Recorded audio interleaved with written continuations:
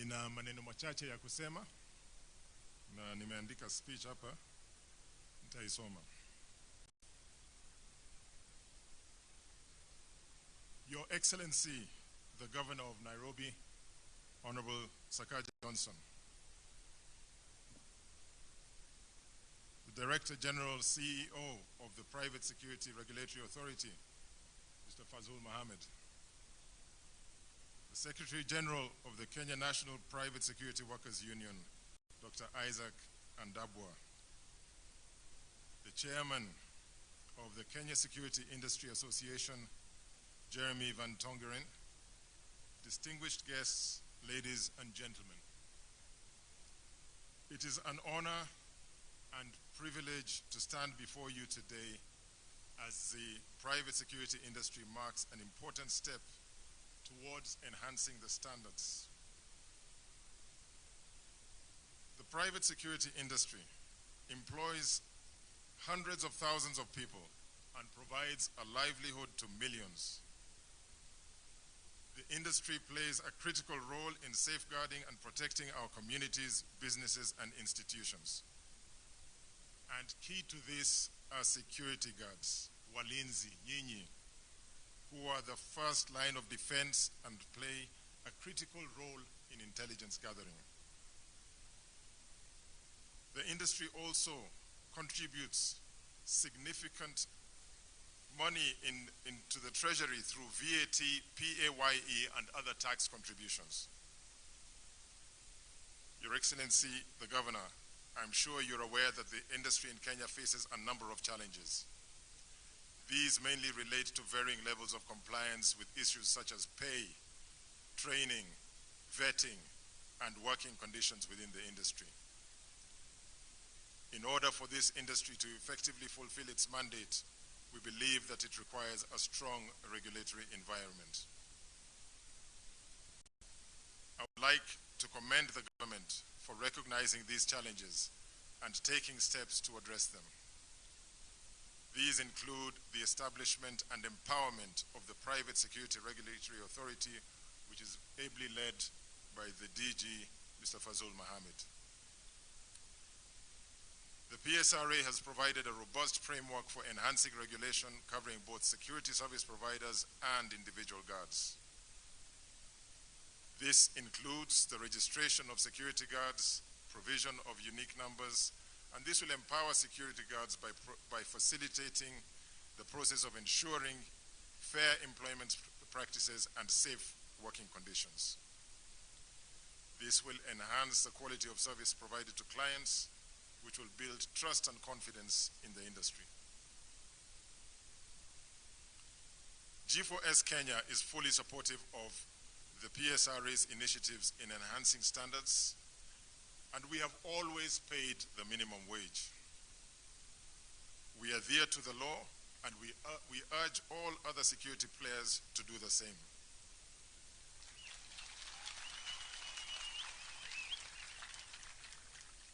By working with the PSRA, the union, and key stakeholders, we strive to set an example of responsible corporate citizenship and commitment to professionalism.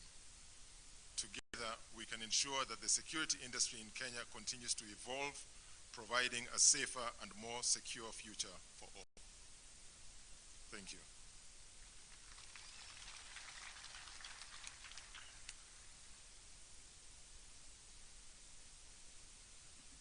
Jamani mrefu sana.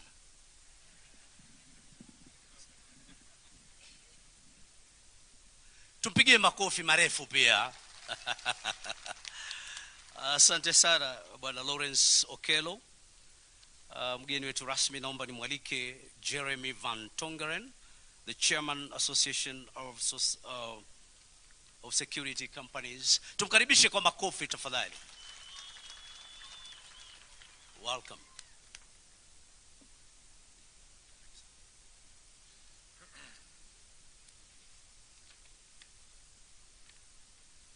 His Excellency Dr. Sakaja Johnson, Mr. Fazul Mohammed, Director General, ladies and gentlemen, esteemed members of the private security industry, honored guests, and colleagues. It's been a great privilege and honor to stand before you today as chairman of the Kenya Security Industry Association, the employers association of the industry here in Kenya. This industry is not only essential for the protection of people and property, but also plays a pivotal role in upholding the principles of safety, security, and trust in our society. Since the establishment of the Private Security Regulatory Authority by the government, the private security industry has experienced remarkable growth and transformation. We have adapted to evolving challenges, embraced innovative technologies, and strived for excellence in every aspect of our work. However, with progress comes responsibility, and we must continue to navigate through the ever-changing security demands and expectations. Compliance with the Private Security Regulatory Act is paramount. It not only ensures the safety of our clients, but also builds trust within our community. We thank Mr. Fazul Mohammed for the leadership he has demonstrated. And as employers in this industry, he has our full support to make our industry more professional and reliable. In our line of work, professionalism is non-negotiable. We thank PSRA for investing in the training and development of our security personnel. This includes not only the acquisition of necessary skills, but also the cultivation of a strong ethical foundation. Let us always remember that our actions reflect not only on our companies, but also on our entire industry. The guard force number represents a significant advancement in our industry. It serves as a tangible evidence that our employees are duly registered and licensed, thereby enhancing our credibility in the eyes of our clients. Our industry does not operate in isolation. We are an integral part of the communities that we serve. Let us actively engage with the communities to understand their concerns and work together to find solutions. By being responsible corporate citizens, we strengthen the bonds of trust with those that we protect. In closing, I want to emphasize that as the chairman of the Kenya Security Industry Association, my commitment to the industry's growth, success, and integrity is unwavering. I encourage each one of you to join hands with the government in this journey of continuous improvement and progress. Let us set high standards for ourselves and our industry, demonstrating that we are not just security providers, but we are the protectors of peace and safety. Thank you.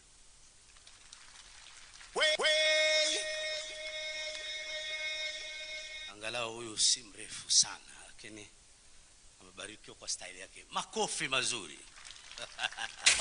Asante sana bwana Jeremy Van Tongeren. Na hivi sasa tunapokamilisha, kabla sijamwalika mkurugenzi mkuu mamlaka ya udhibiti wa makampuni ya ulinzi binafsi, naomba niweze kukamilisha mgeni wetu rasmi kwa kumwalika bwana Arnold Maliba, ambaye yeye anahusika na masuala ya mawasiliano kwa chama cha UDA, ambaye yeye pia anawakilisha jamii ya Mlembe. Anakuja na barua rasmi kutoka kwa jamii ya Mlembe. Mimi sijui hiyo barua inasema nini, lakini yeye atatueleza zaidi. Situmkaribisheni jamani kwa makofi bwana Arnold Maliba. Tuko na askari nyumbani ama hatuna askari? Mpo? Sasa mambo ya kusema hoye wachana nayo, hiyo ni harali. Nikisema hip hip, si mnajua hiyo chia? Hip hip. Hapana, hiyo ni dhaifu sana. Hip hip. Mimi naitwa Arnold Maliba, mimi ni Strategic Communication Advisor wa chama cha UDA na niko hapa kwa sababu ya mambo mawili. Kitu cha kwanza ni lazima niwaambie siasa inakaa vipi kwa dakika moja ama mbili, na kitu cha pili nimetumwa na Luhya Council of Elders wa Nairobi, wako na barua. Ningependa kuanzia hapa. Pale UDA, unajua sisi wale watu wenye huenda kwa TV kuongea mambo ya siasa tunasema kizungu mingi sana. Lakini wacha nijaribu, nikiongea kizungu mnikumbushe niseme Kiswahili. Sawa sawa? Nisisahau. Sawa sawa? Kwa sababu siasa lazima tuseme kwa vile iweze kusikika kwa urahisi. Kitu cha kwanza kabisa, Rais aliweza kupeana promises 172. Kwa hizo promises anasema yeye anataka kutoa watu chini awalete juu. Sema bottom up. Kuna wale watu kwa hiyo pyramid wamekuwa hapo chini kwa muda mrefu sana. Mmoja wao ni askari. Na mimi nasema hivyo kwa sababu mimi ni mjukuu wa watchman. Nilikaa na yeye Mathare namba 10. Nimezaa hapo. So ukiniona kwa TV nikiongea pale unaweza kufikiria nimetoka kwingine. Mimi nimezaliwa Mathare namba 10. Ninajua shida za bawabu vizuri sana. Lakini sisi pale UDA na Kenya Kwanza tunataka tufanye hivi. Wakati ule mnasukuma serikali ifanye kazi vizuri, inataka kila mtu afanye kazi yake vizuri. Kwa hivyo kuna mambo matatu tumefanya. Kitu cha kwanza, tunafufua economy. Hii economy tulipata kama iko kwa mtaro, ilikuwa kwa koma. Wachana na hiyo kizungu na hiyo siasa inapigwa huko. Rais amengangana kutoa hii kitu kwa mtaro, ameleta hapa juu. Tumetoa kwa koma, sasa hizi tunaisafisha, inapona. Kuanzia mwezi wa 9, hii economy itakuwa inakimbia kimbi. Huo ndio ukweli. Wachana na hiyo kizungu mingi kuko kwingine, kwa sababu ukifanya kazi hapa chini unapata iko hivyo. Kitu cha pili, tuna manage politics. Simuona baba anaenda Addis Ababa. Hello? Hip hip. Hip hip. Simuona tunapeleka baba Addis Ababa. Kwa sababu kitu ya kwanza, baba amefanya kazi ya maana sana kuanzia miaka ya 80. Lakini kuna watu bado wanataka kikuwa na miaka 84 wakuwa wanasukuma yeye ndio waweze kushinda kura. Lazima baba apewe heshima yake na afanye kazi yake vizuri. Tunapanga siasa. Kwa hivyo tumemanage economy, tuna manage siasa na vitu vinavyopenda kwenda mbele. Sasa tutakuja kwenyu kama watu na mtupigie kura. Ningependa kuzungumzia nyinyi kwa haraka sana. Kuna mambo matatu hapa. Mimi kama mjukuu wa watchman najua hiki. Mara mingi askari hawajakuwa wakipatiwa dignity. Sema dignity. Ndio sababu wanaitwa watchmen. Hata kwa Biblia watchmen imetajwa mara 40. Hakuna dignity.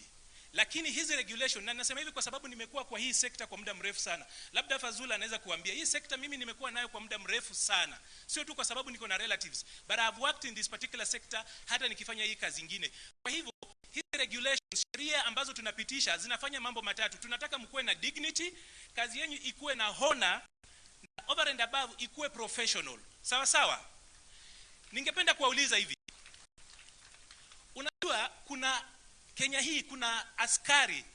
Unajua tunasema kuna vyombo vya usalama, sijui maafisa wa vyombo vya usalama, vyombo vya dola. Unajua usalama ni nani? Usalama ni nyinyi. Kwa sababu hawa watu wote watakwambia kuna mtu anafanya nini, kuna mtu aliona. Huyo aliona ni nani kama sio wewe? Hata headquarters ya polisi inaitwa Vigilance House, si ndio? Vigilance ni nini? Ni kutofunga macho, si ndio? Nani hawafungi macho kama si nyinyi? Si ni nyinyi? So ningependa kusema hivi. Kabla nilete wazee wa Luhya wako pale. Kitu cha kwanza, out of 1.3 officers wale ambao ni private security providers, hao ni watu tayari wanapiga kura. Si mko na kitambulisho? Hello? Leo ningependa kuwaomba hivi. Ikifika kwa siasa, ningependa mpige siasa ya akili. Siasa msiweke kwa roho, sawa? Siasa hutumii roho. Roho ni ya mapenzi. Sawa sawa? Ikifika siasa tumia akili, kwa sababu pesa ni akili, maslahi ni nini? Ni akili. Hii mambo ya tukifika kwa siasa tunaanza kuwa na feelings, wachaneni nayo. Kwetu Western tunasema atawe. Sawa sawa? Sawa sawa? Kwa hivyo leo tukikaa hapa, ningependa mseme malipo mabaya tawe. Sawa sawa? Inua tu mkono, malipo mabaya, kulipa vibaya, kudharauliwa, kufinyiliwa. Sawa sawa? Ninasema hivyo kwa sababu hii, watu 1.2 milioni ni kura mingi sana. Sawa sawa? Lakini ikifika nyinyi regulations zinaenda bungeni, hakuna mtu huko hivyo anatetea regulations zenyu. Mlipelekewa regulations za kupewa bunduki huko parliament, wakaangusha. Walisema hamjatrainiwa. Si sasa mmetrainiwa? Walisema hamlipwi vizuri. Si tumeleta 30k. Walisema hamna vetting, hamna, sisi tumeleta GFN numbers. Sasa siwapatie bunduki ama nini? Hello? Hello?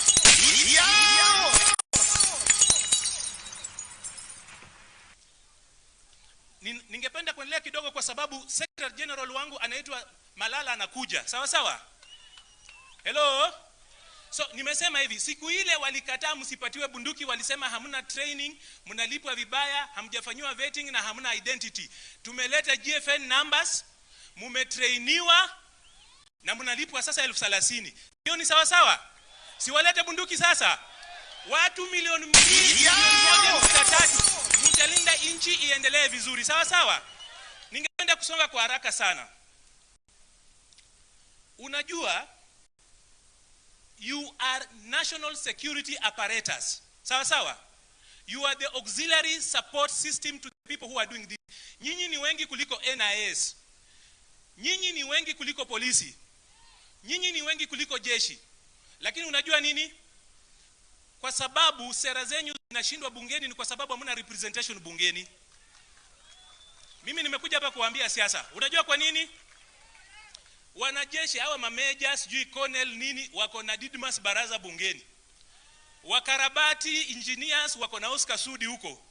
Hata maslay queen wale wenye hujatajwa kwa Biblia kama nyinyi marafoti wako na nani? Sisi huyo sitasema. Hata walevi wako huko na representative. Alafu watu 1.3 million hamna mtu wapi bungeni. Na ndio sababu tukipeleka sera na regulation wanaangusha. Simjipange tafadhali. Acheni kufanya siasa ya feelings, fanyeni siasa ya akili. Hello? Na hapa sisi Kenya kwanza tunataka tufanye kazi na nyinyi. That is why hizi regulations zinaendelea. Hakuna mtu mwenye amepigia Fazul simu akamwambia ati usifanye sijui unafinyilia nani. Wale cartel wote wa security sector tumeachana naye pambane nao. Hello? Mshike sisi mkono tusaidiane na nyinyi. Hello? Ningependa kumaliza kwa kusema hivi. Si nimewambia nyinyi mjipange, Andabwa yuko hapa. Hawa watu wengine wote wanastahili kukuja na hizo vitu zingine zote. Nataka mjipange tusaidiane tusonge mbele ili tufanye hii kazi. Lakini sisi kule kwenye tunatoka Western kule kwenye ambako wazazi wangu walitoka, mimi nilizaliwa hii town. Kuna hii kitu. Ukiangalia watchmen out of 1.3 60% ya hao wanakuaga watu wa Mlembe. Sisi tulizaliwa kama tuko tayari. Hello? Kitambo kazi ya watchmen ilikuwa ati kazi ya kudharauliwa. Sasa hizi tunanyorosha inanyoroka. Hata wao watu wa security hawezi kufanya. So sisi wazee wa Nairobi, wa Luya, the Luya Council of Elders ya Nairobi walinituma wakaniambia hakuna haja ya kungoja watu mpaka wakishakufa ndio tuanze kuwasifu. Si ndio? Kwa hivyo leo wameniambia hapa hivi wanataka kufanya jambo moja. Wangependa kucrown Fazul kama a Luya elder. Pigeni makofi tafadhali. Na pia kuna hapa mbaba anaitwa Andabwa.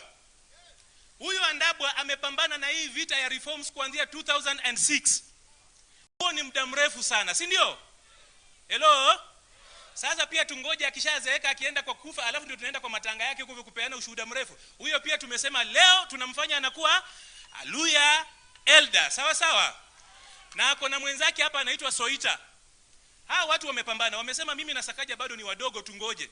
Watatutafuta siku nyingine. Lakini hawa watatu sisi hatujali. Ule mtu anashughulikia maslahi yako ndio mtu wako. Sawa sawa? Kwa hivyo ningependa kualika wazee waje hapa. Mtatupatia dakika kama 5 hivi. Muapiki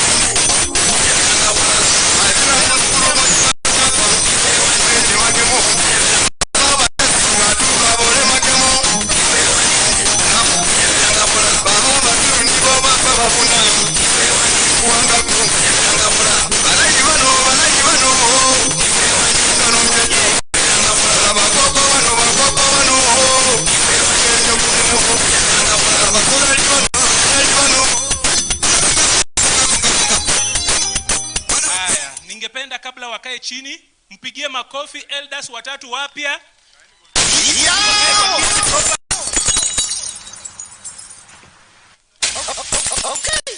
Hey! Hey! Hey! Hip hip! Hip hip! Hip hip! Hip hip! Haya, sasa tuko na elders watatu hapa. Ningependa chairman wa Luhya Council of Elders Nairobi branch awakaribishe officially na tuwakalishe kwa kiti, tuwashukuru kwa ile kazi wanafanya. Sisi tuongee pale penye mtu wako yuko akitengenezewa kiti, lazima ufanye nini? Lazima ushukuru. Sawa sawa? Wacha nikaribishe chairman. Oye! Bwana Badu, nashukuru. Nimekupa mkuki ya kungoja hawa wanadamu. Kwa maana wamekuwa wakisumbua kila wakati, lakini tumekupatia hii mkuki ili wangoche kazi yao mzuri sana. Bwana Ndabwa, umefanya kazi kubwa kushukuru tangu 2006 mpaka wa leo. Kazi hii umefanya kazi kubwa. Tumekupatia mkuki uendelee kuwalinda na kufanya kazi hii kama wasee wa Luhya, tukikupatia heko. Bwana Yesu asifiwe sana. Uendelee kukaa hivi hivyo na ukiwatetea hawa, ndiposa kazi ya Mungu fanye nini? Iendelee. Asante sana, kipindi hicho kimefika mwisho. Mungu awabariki. Simpige makofi tafadhali. Asante sana. Tumpigieni makofi tafadhali.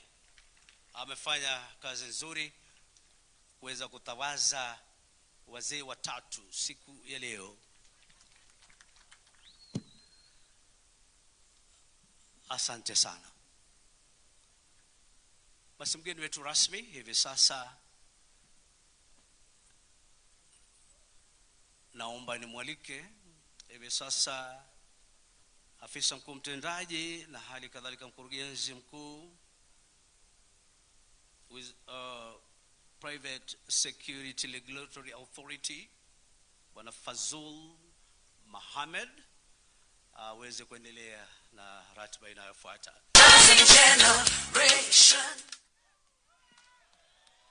Sasa DJ, hebu tuwekee vaida.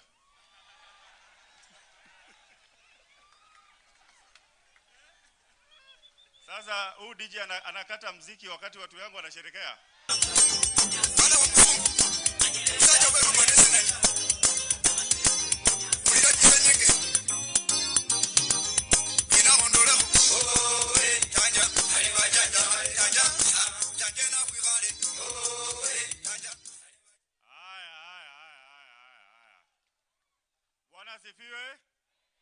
Bwana asifiwe tena.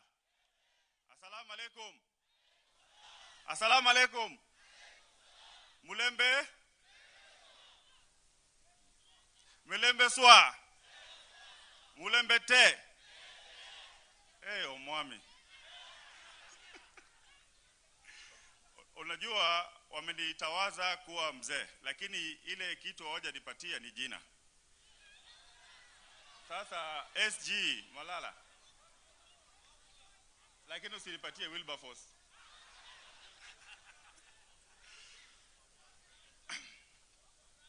So kabla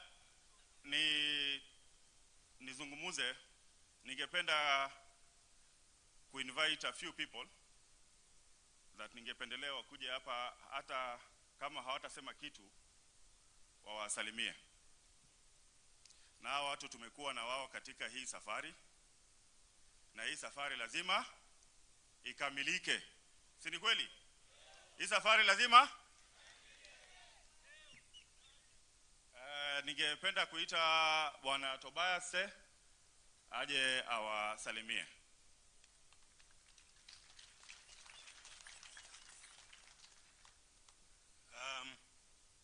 Your Excellency the Governor of Nairobi, the Director General PSRA, all directors present, ladies and gentlemen, good afternoon.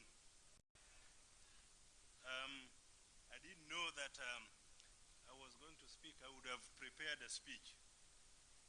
But I just want to confirm that this journey that has culminated to the event that we are having today, we have been part and parcel of it. And when the act was passed in 2016, we we said that now we are in the right direction. And I can confirm, Director General, that you have our support. We must have an industry that is properly regulated so that our askaris can be remunerated well, and they should be able. And I know that we say that a journey of 1,000 miles begin with one step. So that step, we have already made it, and I can see a better future for our askaris. Thank you very much. Okay. Asante Bwana Director Tobias of Riley Falcon. Ningependa kuinvite Kano Githiri. Huyu ni mzee alikuwa jeshi and is one of the best brains that we have in this industry. Mpigie makofi.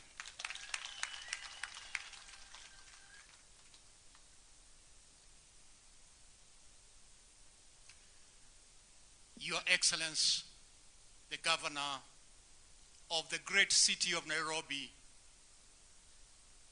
DG, Private Security Regulatory Authority, wageni waheshimiwa, mabibi na mabwana, askari wenzangu, hamjambo. Mimi ni askari kutoka zamani sana. Nilianza kazi ya askari wakati tulikuwa tunapewa 1500 kule North Frontier District. Nashukuru siku ya leo, na kitu nataka kuhimiza tu ni yale ambao nimesikia ya kwamba maisha yako kwa mambo ya mafunzo, kwa mambo ya elimu, kwa mambo ya kusonga mbele ni ya kwamba itabadilika. Hii si kwa sababu yako peke yako, ni kwa sababu tuna watu wengine wanakuja kesho, tuna watoto ambao mmelea, tuna watu ambao ni wajukuu, na tunafurahi ya kwamba mwanzo mpya umekuja. Tunawashukuru nyote kwa uvumilivu wenu na mapenzi yenu kwa nchi ambayo mnaipenda sana. Asanteni na Mungu awabariki.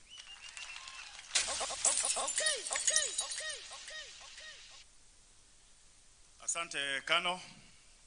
Ningependelea kumwalika representative kutoka KOTU ambaye alitumwa hapa na Katibu Mkuu Francis Atwoli.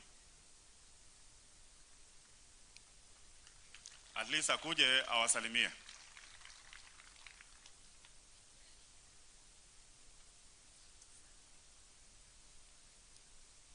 His Excellency, Your Excellency, Dr. Johnson Sakaja,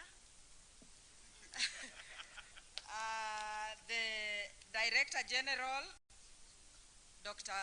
Fazul Muhammad, the General Secretary of Private Security Workers Union, my brother and Abwa, all protocol observed. Good afternoon.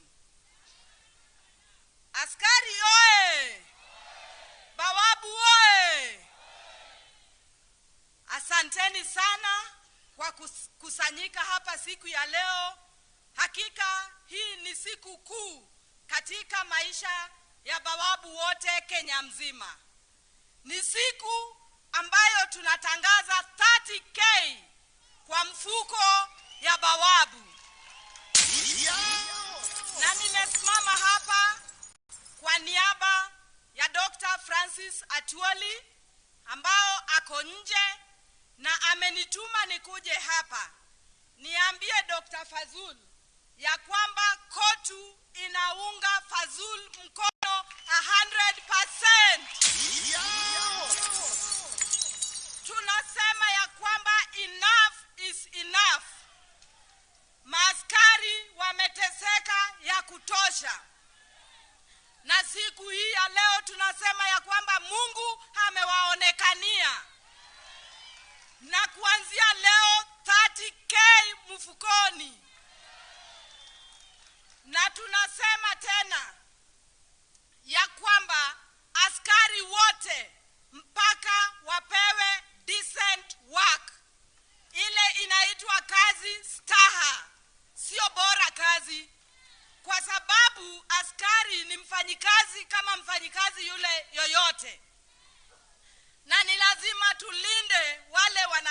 kutulinda, kwa sababu wakati matajiri wanalala kwa nyumba, nyinyi mnalinda mali yao, mnalinda nyumba yao.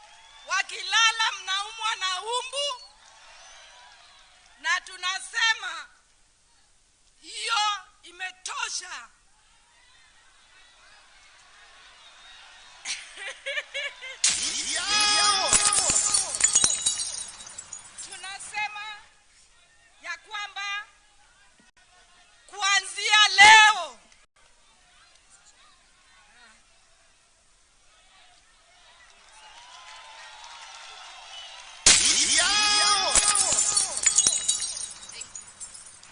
Tunasema ya kwamba kuanzia leo wewe ukiwa ni tajiri utaki kulipa askari 30K, tutakupanga sawa sawa.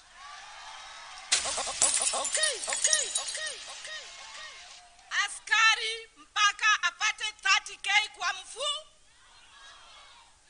Hebu niwaulize, kuna university ya watoto wa askari?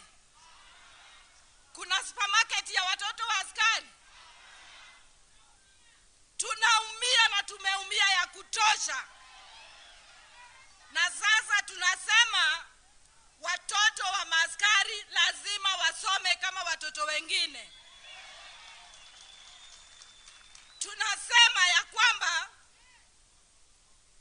hii private security imekuwa na history, na hakika mmeteseka.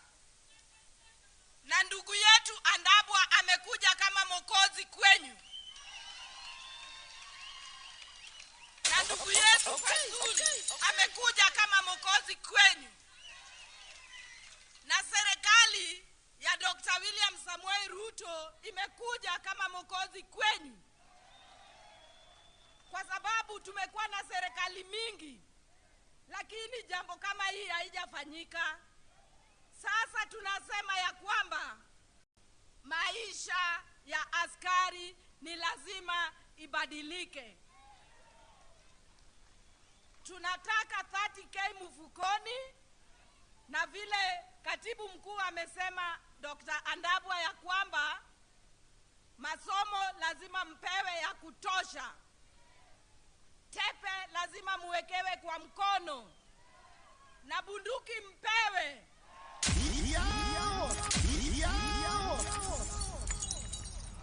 Asanteni sana, Mungu awabariki kabisa kabisa.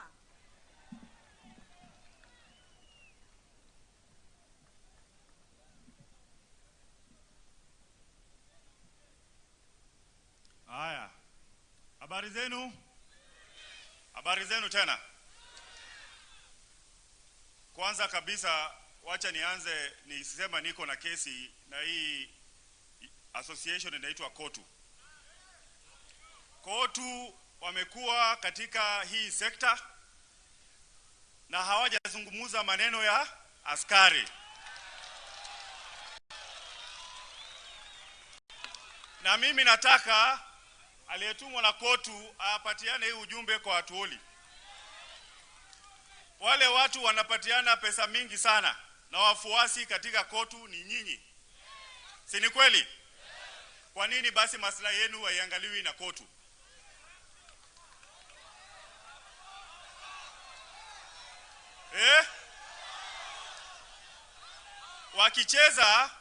Wakicheza tutaitisha election ya KOTU na tutaelect one of our own to be the Secretary General of KOTU.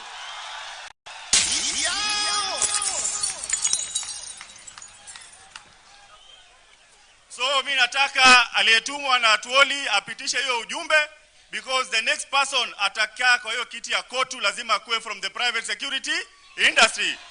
Mumekubali? Mumekubali? Ama nyinyi hamna mtu? Nisikie mmekubali? So hiyo ujumbe fike kwa Atuoli. Andabwa, wewe unajua labda unaogopa Atuoli, lakini wacha mama atafikisha. Leo tunakusanyika hapa tangu dunia yumbwe, tangu Adam akuje katika hii ardhi. Umshawahi kuona mabawabu wamekusanyika mahali moja kwa wingi kama leo? Mshawahi kuona? Si leo ni mara ya kwanza. Sasa na leo tumekuja hapa atubembelezani. Si ni kweli? Atufanye nini? Maslahi ya maaskari lazima iangaliwe. Asubuhi nilipita hapa saa 11 na niliwaona wengi wenu mlikuwa mmetoka makazini, kuna baridi na kuna mvua. Lakini nyinyi mlikaa usiku mzima nje. Si ni kweli? Wakati mimi na Sakaja tunapanda gari, nyinyi mko wapi? Wakati Atuoli anapaa ndege, nyinyi mko wapi? Wakati Cleo wako Kakamega, nyinyi mko wapi?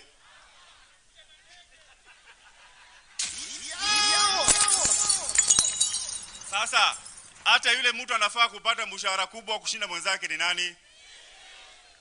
Ama ni uongo?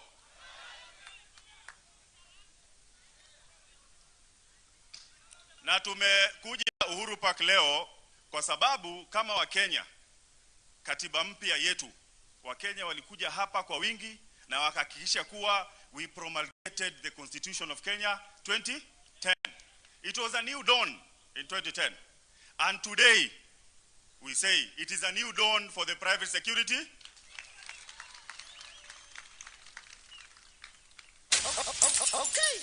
Tulielezewa katika hii sherehe ya Easter kulikuwa na son of man. Katika hiyo historia wakati aliuawa alafu mpaka akapaa.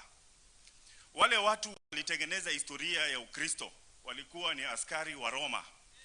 Si ni kweli? Hata hiyo serikali ya Roma hiyo wakati ilitaka kuwahonga na ikawatishia, lakini askari alisimama kidete.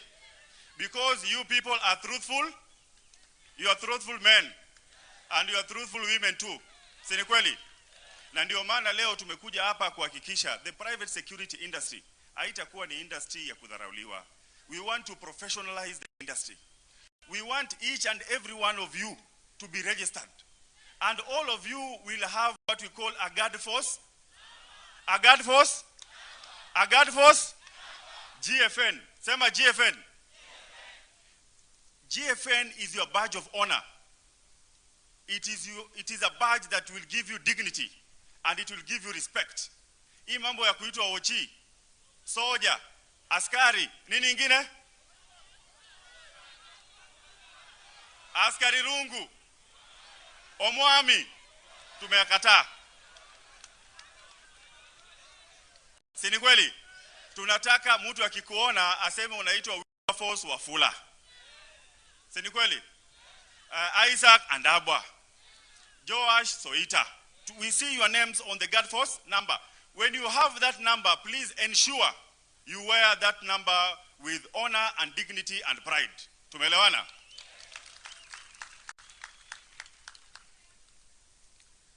Mimi nashangaza sana as the Director General, as the person in charge of private security in this country. I have seen companies pay guards in Nairobi 7,000 shillings. 7,000 shillings. 7,000 unaishi Nairobi.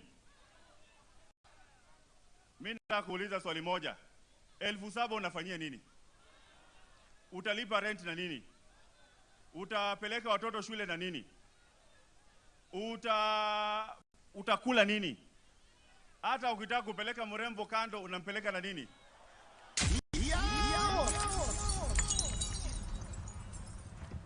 Now, when you give a guard 7,000 shillings and you entrust them to protect property worth 700 million, are you employing security or security?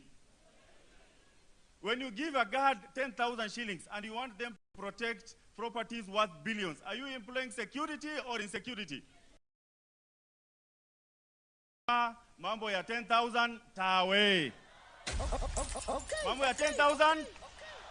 Mambo ya 7,000. Mambo ya 8,000. 20,000. Mambo ni nini? Mambo ni nini?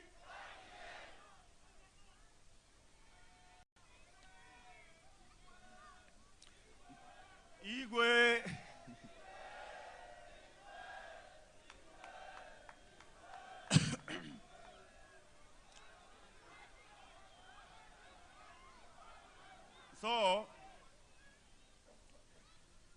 Now, you bring in a lot of money, you are a sector. And we have the county governor of Nairobi, my very good friend, Sakaja. Sijui daktari lakini anaitwa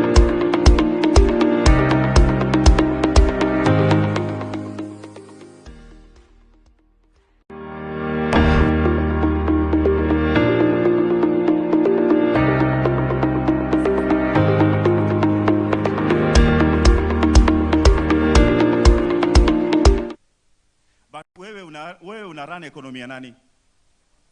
Hata unaweza run economy yako? Sasa na I am sure mumeona ile mambo tunafanya. Si ni kweli? Mambo ya you must have what you call an insurance cover. Askari akiwa mgonjwa anaenda wapi? Askari akiwa mgonjwa anaenda wapi? Ama unaenda mitishamba? Si ni kweli? Askari wana deserve medical insurance ama wa deserve. And you know that is the law. There are no two ways about it. How do you employ somebody without a medical cover? Now, I am told there are situations where you are deducted NSSF, NHIF, but haipeleki huko. Si ni kweli? Wana deduct kutoka kwa mshahara yako lakini hawafanyi nini? Tufanye nini? Now we will ensure that ile pesa yoyote ambayo unakatwa inakuwa remitted. So that ikipata askari lazima ukue na NHIF na ukue na NSSF. Ukitaya unaenda wapi? Now that's why we want a proper comprehensive retirement benefit plan for the guards. Tumeelewana? Many of you, I'm sure you must have read in the last few weeks, we cancelled licenses of 9 private security companies. We deregistered, tulitoa katika register ya serikali. Kwa nini? Because they refused to sign what we call a commitment letter to pay the minimum wage. Na mulisikia kelele, lakini mimi nimesimama na nyinyi. Na mimi nawaambia from where I sit, you will be paid properly. All of you who are seated here and your brothers and sisters in other parts of the country.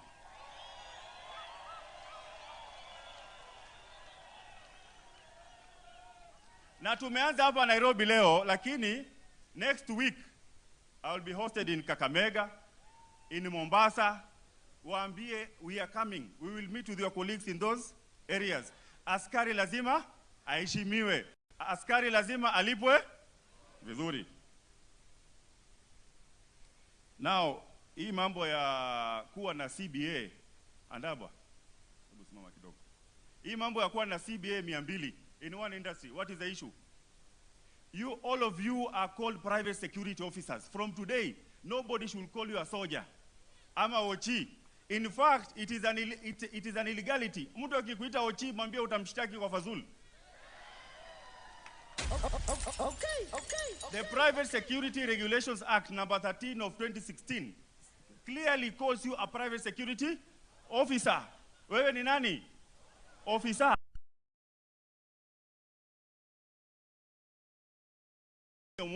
Huyo mtu anavunja sheria. Si ndio lazima akuite private security?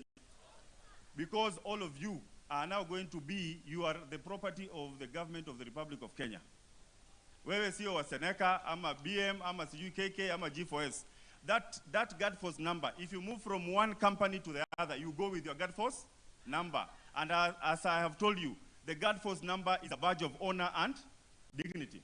And that is why I'm saying, because the minimum wage has already been set at 30,000, we want, and Andabwa, I'm telling Kenya National, we will only have one CBA for the entire industry.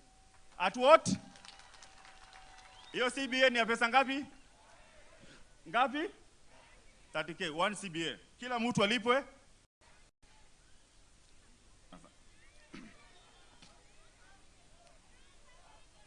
Aya. Sasa mtu unafanya kazi hiyo masaa yote. The Employment Act number 7 of 2007, sorry.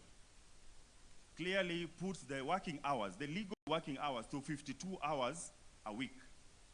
Si ni kweli? If you divide 52 hours in a week, you will be working for 8.3 hours a day. How many hours do you work? How many hours do you work? Sasa tufanye hesabu moja rahisi sana. Ukichukua 12 hours times 6 ni ngapi? 72. Si ni kweli? Overtime yako ni ngapi? From 52 to 72 ni ngapi? 20. So hiyo overtime lazima?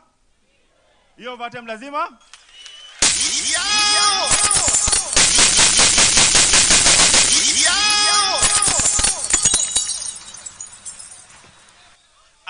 And you know watu wengi wameniuliza hii 30k ilipatikana wapi? Sasa wacha niwapatie hesabu. Na saa zingine naona kuna watu wanafaa kuwaulize mwalimu wao wa maths alikuwa nani? Mwalimu wao hesabu alikuwa? Sasa the gazetted wage for 52 hours a week is 17,000 shillings. 17,000 without overtime. If we add overtime of 20 hours a week, and mwezi iko na wiki ngapi? 4. So 20,000 times 4 ni ngapi? 80. Ukicalculate overtime inakuja to almost 9,000 shillings.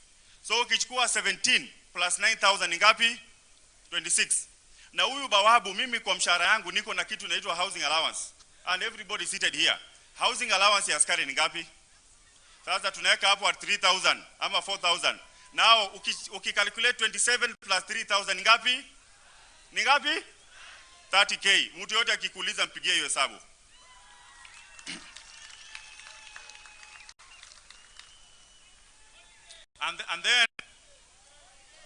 And then mambo ya holiday, mnafanya kazi holiday, it is also provided for under the Employment Act. If you work overtime, you must be paid.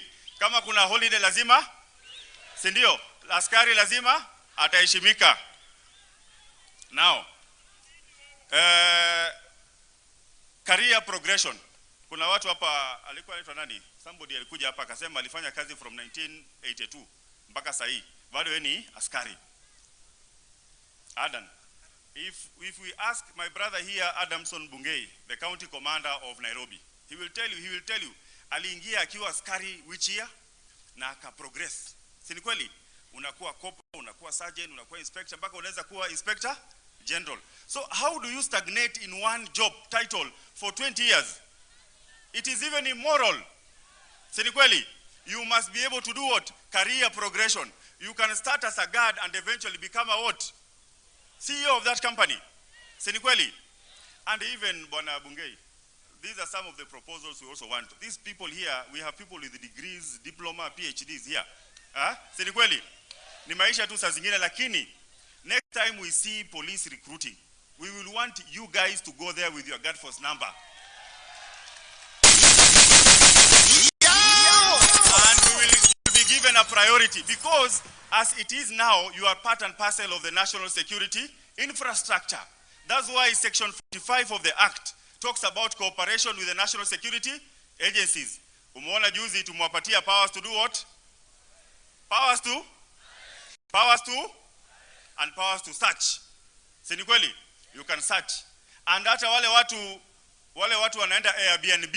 Si uliona niliwaandikia barua? Mnafanya nini? Wanaacha ID. Wanapatia nani? So hata mkiniona kwa Airbnb mnafanya nini? Msichukue ID yangu lakini. Okay.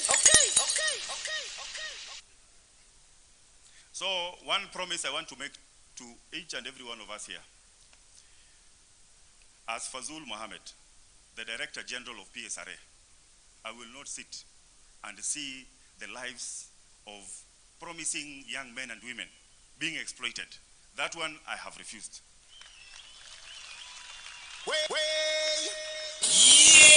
Hiyo tumefanya nini? Hiyo tumefanya nini? Tawe. Tumefanya nini? I will not sit down in a very big office there, being paid a lot of money, like at Woli, and maisha yenu haiongezeki. Hiyo nimekataa. Sitakubali nikae pale na nyinyi hamuna kitu inaitwa guard force. Kila mtu hapa atakuwa na guard force. Each and every one of you here will undergo training. and you will be respected in this society. Si ni kweli? Maisha ya askari lazima yaheshimike. Si ni kweli?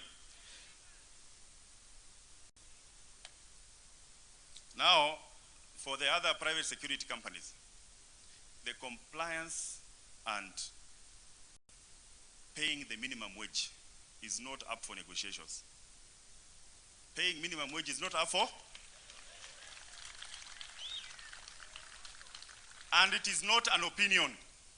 Na sio maoni yangu, and it is not a suggestion. Ni sheria. Tumelewana?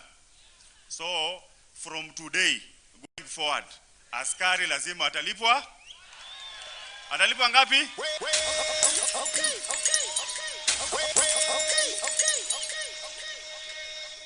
Now, from 2017, from 2016 when the act came into place, and I came into this office in 2019.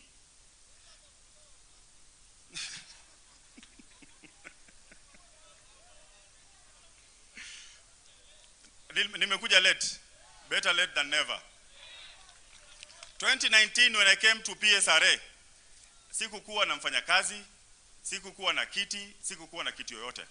The only thing I was given was the law. And perhaps the law is all that I needed. And we are here today. We have a regional office in Kisumu. We have a regional office in Eldoret, in Garissa, Mombasa, Narok, Meru, and Nakuru. Hiyo si heshima kwenu? Wale ndugu zetu wako hizo maeneo si lazima wakuje Nairobi. Wanaweza kwenda kuhudumiwa huko. We have trained so far under the curriculum that was developed jointly by the national security organs, including the police, the military, the intelligence, and other national security infrastructure. Hii sheria mnasoma, hiyo training mnasoma. Hata ukienda Dubai leo, you will not go through another training because that one has been certified even by UK and Dubai. So heshima yenu sio ya hapa peke yake, ni mpaka wapi? Ugaibuni. Si ni kweli? Na mkipata kazi, muende mfanye kazi na mkuje, mlete pesa hapa. Juzi, we have written a lot of policy documents as PSRA, and many of them have actually even been adopted, even by the highest policy organ in this country called the cabinet, on matters Airbnb. And you could see the important role that the private security guard plays, even in crime detection, crime prevention, and maintenance of law and order. Sini sawa?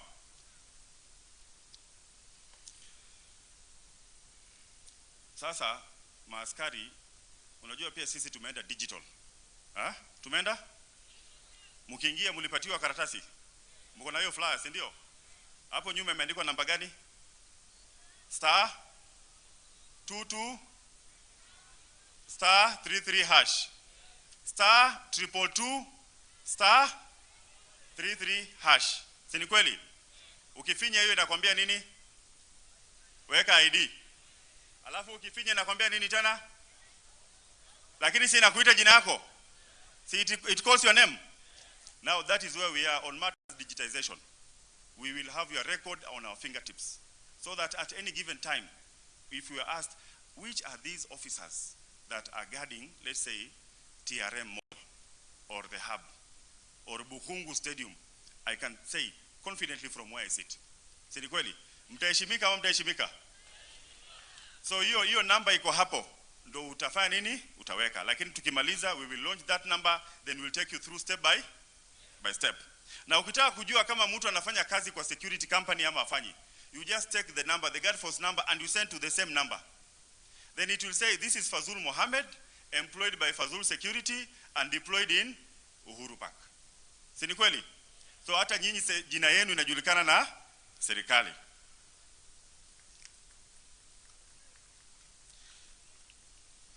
In 2020, we initiated a raft of regulations. Si mnazikumbuka? Mnakumbuka regulations of 2020? 2019, 2020, eh? Tulizunguka, tukatafuta regulations nini, tukatengeneza, tukapeleka hizo regulations bunge. Na tulisema sini huyu askari anafanya kazi mingi.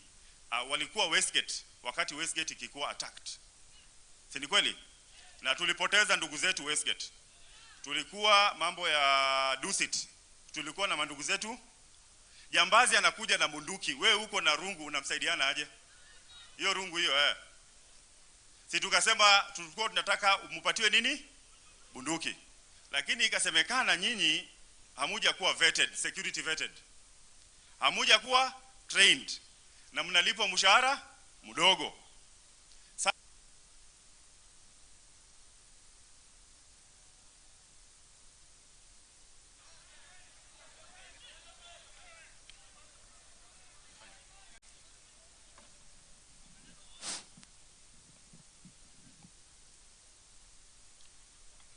So hiyo mswada yetu ya kuwapatia bunduki hiyo wakati iliangushwa kwa sababu I was told private security officers are not security vetted, they are not trained, and they are not paid well. But now, aren't you guys going through training?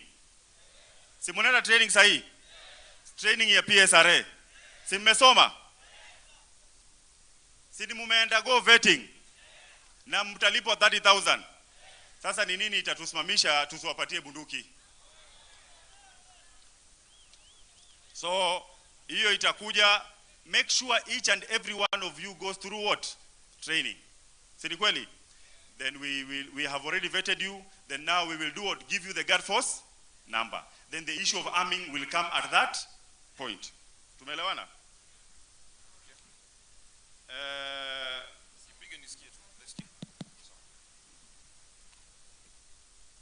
We have signed a lot of memorandums with a number of companies, a lot of countries, that once you go through the training that we have here in Kenya, you will not have to go through another training in that country. If you go to Dubai, mkienda wapi?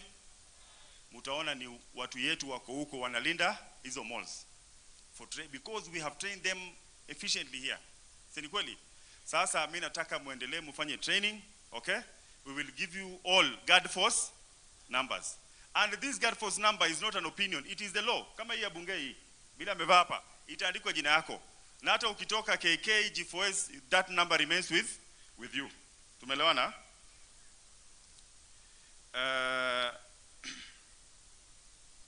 Sahi juzi tumetengeneza a new raft of regulations. We have created a raft of regulations. They are already in parliament, and I'm sure mumeona katika mitandao, si ndio? Nataka nyinyi muombe tupate hizo regulations. Once those regulations come on board, maisha yenu yatakuwa tofauti. Mimi bwana Bungei, I want a situation where my guards, au watu wote wako hapa. Unajua nilikuwa naambia Bungei, I doubt kama akona jeshi kama kushinda yangu.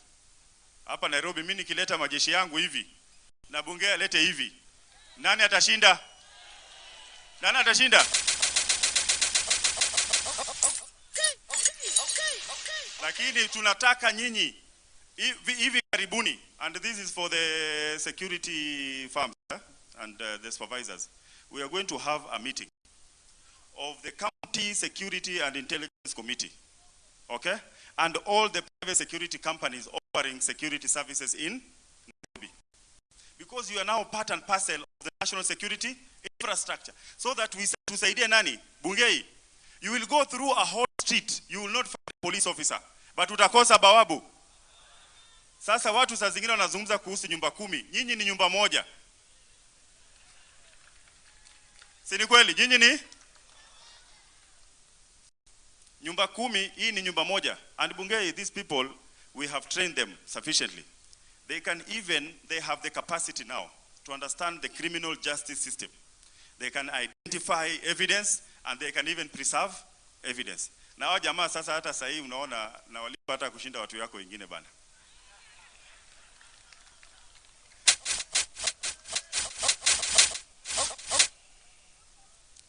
Aya. Hii namba iko hapa ni namba mingi sana. Wacha nataka kuzungumza na my brother Cleophas Malala. Mtu yenu sana, si ndio? Mushikilie sana. Amewapigania sana. Kama kuna mtu amewapigania mambo ya mabawabu hii nchi, Cleophas Malala is one of them.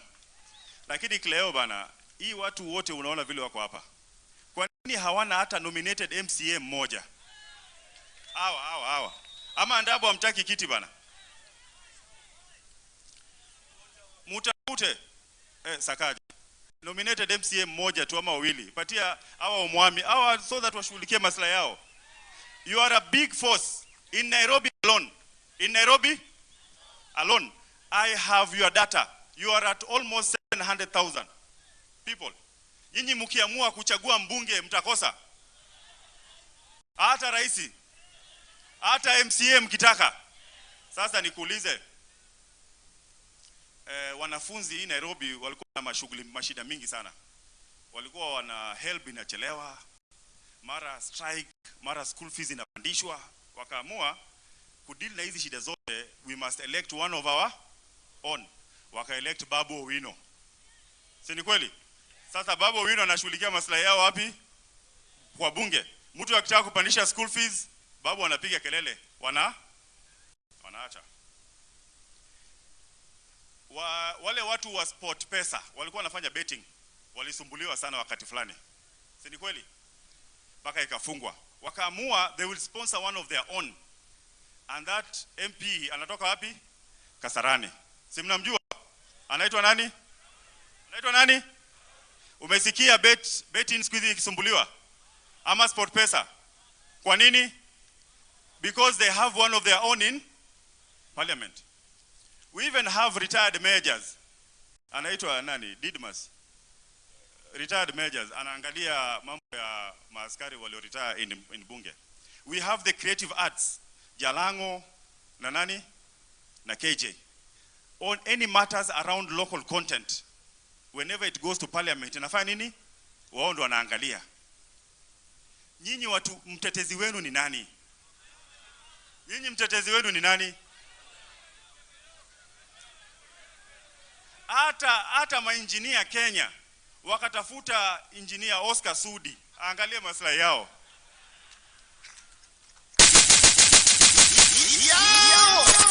Hata engineer Oscar Sudi, mkarabati, anaitwa mkarabati. Mambo ya karabati, parliament anafanya nini? Anaangalia. Hata wash hapa Kilimani, wako na wabunge huku. Sasa nyinyi representative wenu ni nani? Mutaendelea kusumbuka namna hii?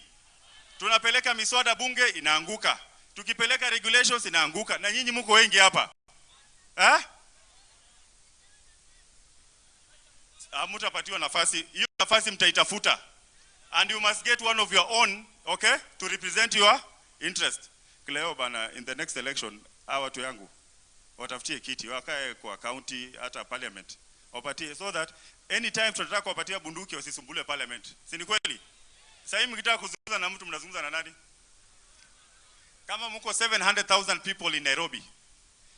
Hii umati uko hapa peke yake. Nikiwapeleka hapa Starehe. Haki ya Mungu nakuwa mbunge hapa. Nyinyi tu peke yenu hapa, hata tutafute mtu mwingine. Nyinyi mko tu hapa tutoke. Tunachagua mbunge hapa. Si ni kweli? Shift moja peke yake. Na imagine hiyo ni night shift. Na bado day shift hatujaleta. Tukichanganya zote wawili.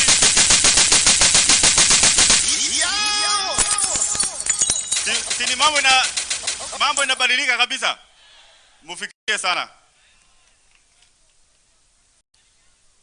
Haya, sasa nimewambia hii safari imeanza hapa. Si ni kweli? Mabawabu wako Nairobi peke yake. Wako Kenya mzima, si ndio? Waambie tunakuja mahali wako. Si ni sawa? Na hii safari umesikia Ndabo alisema askari wamefika Canaan kabla Azimio. Si ni kweli? Wajua Azimio waliona mamba katikati wakapotea.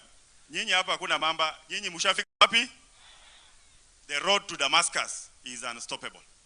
Si ni sawa? Na hapa tuko na SG na governor. Very soon we will have an audience at State House. Tutawaita mkuje hapo pia nyinyi musikike. Si ndio? Lakini the final thing I want to say, it will not happen under my watch that a private security guard is disrespected. It will not happen under my watch for a private security officer to be paid 7,000. It will not happen under my watch for a security guard not to undergo training. It will not happen. It will not. It will not. It will not. Muniruhusu sasa ni invite ndugu yangu Bungei, kwa sababu nimemwambia hii watu ni yangu, ni watu yangu si wake. Lakini kwa leo nataka kumwazima akimalizana na nyinyi anirudishi. Asante, karibu sana Bungei, mpigeni makofi. Thank you, Director General, kwa mawasiliano ama mambo mazuri ambao umeweza kuwasiliana na maafisa wetu wa ulinzi katika taifa letu ama katika jiji letu ya Nairobi. Your Excellency Governor of Nairobi, Director General, SG, and all protocol observed, good afternoon. And my officers, good afternoon. Good afternoon again. Thank you very much. I'm so much impressed to attend and oversee the change and transition of the security of this city. It is quite encouraging that my brother, Director General here, has seen the essence, the importance of putting the synergy of the national security and the private security in one accord, so that we achieve the objective of national security.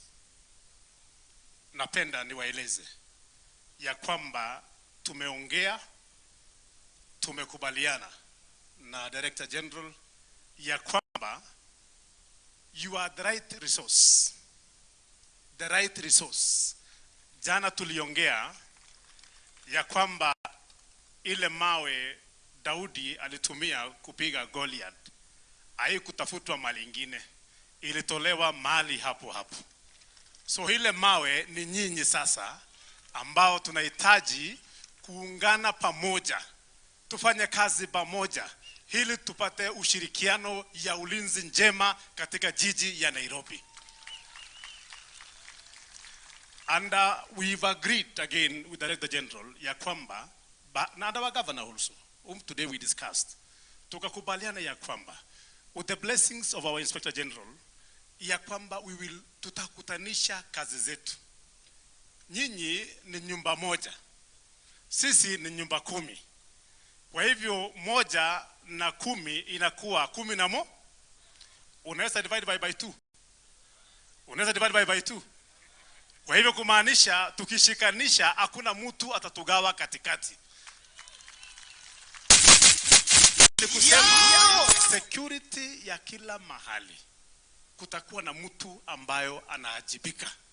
Na huyo mmoja ataajibika ni kwamba yule officer wa polisi yuko pale atambue ule security officer yuko mahali pale.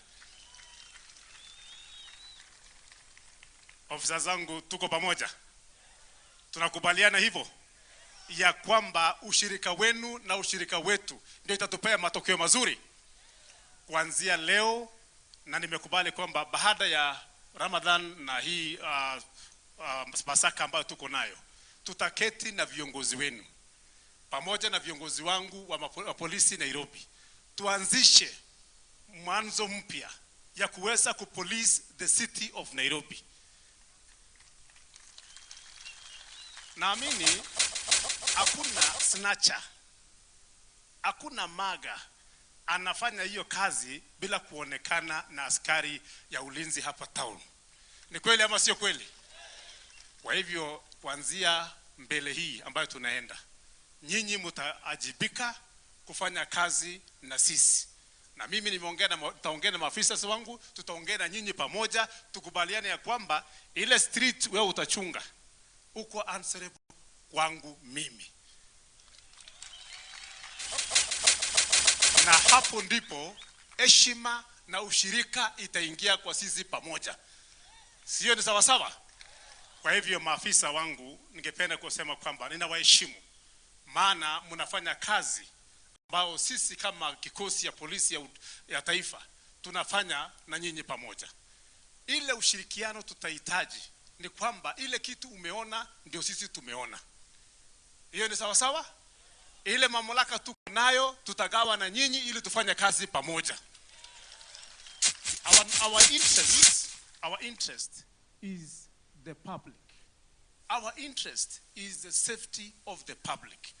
Sio majina, sio kampuni, sio ofisi, lakini the interest of the public. Ya mwisho, sababu ya wasaa wetu, ningependa kusema hivi.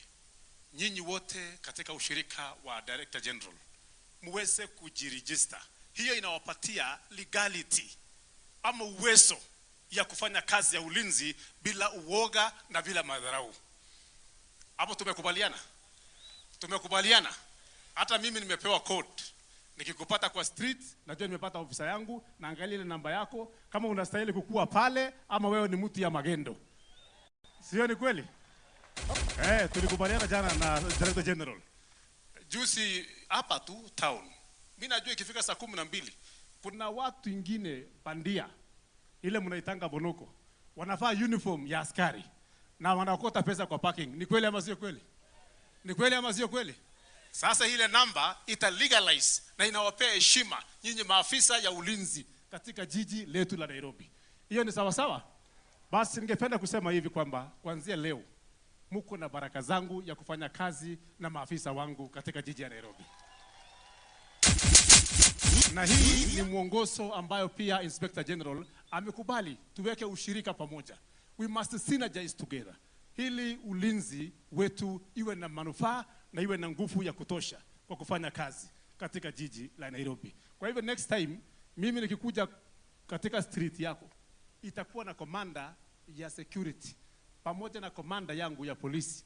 Mtaajibika kwa hiyo street. Hiyo ni sawa sawa? Bas nawatakia heri njema na kusema kwamba tuweke ushirika pamoja na mjue kwamba from now going forward you are security officers and your respect is honored because of your work, the work that you are doing. Thank you so much. May God bless you and let's work as a team all the time. Thank you.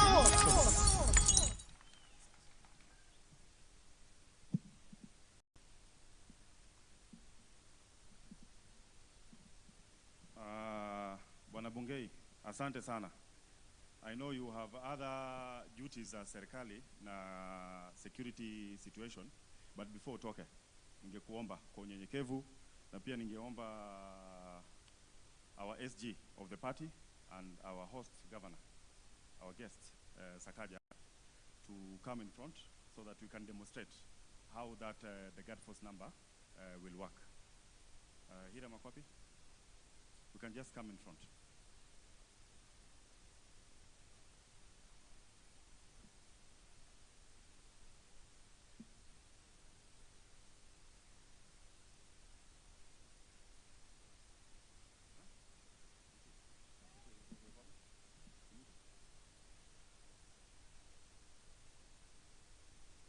Wacha tu register alafu Cleo ataongea, nimewasikia.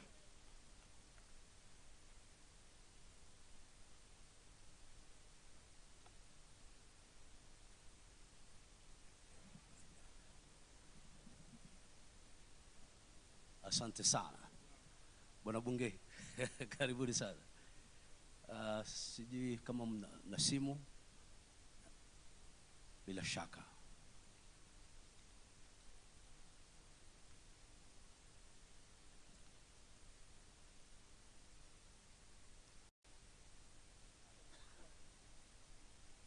Basi kama tuko tayari tuanze na nyota 222. Tuanze tena. Haya.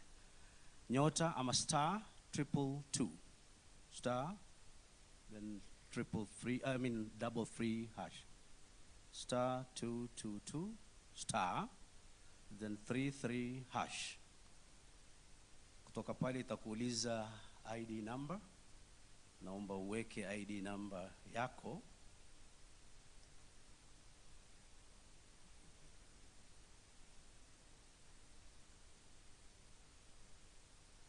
Asante. Ukishaweka ID number yako, sasa uweke county ambayo unafanya kazi, kwa mfano Nairobi.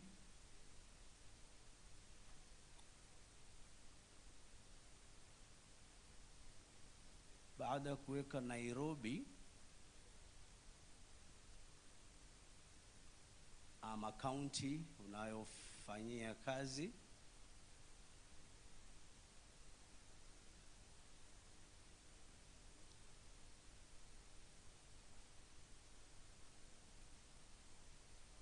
enter securities firms PSRA registration. Asante, wameweka. Unaweza kuchagua kampuni yoyote tu ile ambayo unaona sawa.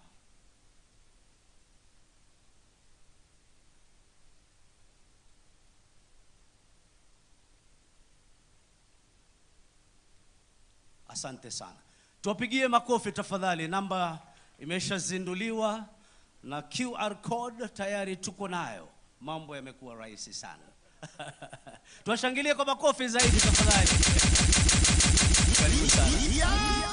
Asante kwa sababu ya muda. Sasa hiyo namba *222*33#. That is your number. Put your ID, put your security firm number, and it will tell you you are Fazul Mohammed, employed by a certain security company, and where you are actually deployed. Nataka muniruhusu kwa unyenyekevu na kwa heshima tungesimama tumwalike our Secretary General Honorable Cleophas Malala. Makofi, makofi. Asante sana Director General wetu Bwana Fazul Wilberforce Mohammed. Mimi nashukuru sana kwa hii hafla ambaye haijaifanyika tangu tupate uhuru.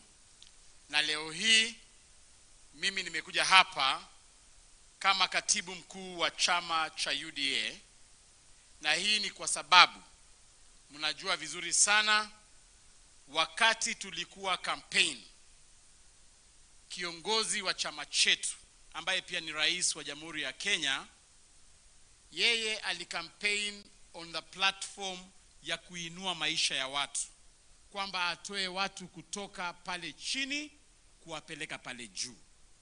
Na leo hii vile nilisikia kwamba leo ni siku ya kuzindua ile hafla ya kuhakikisha kwamba wale maafisa private security officers watoke hapa chini from bottom up, nikasema mimi kama katibu mkuu wa chama cha UDA paka nikuje hapa I witness this auspicious occasion.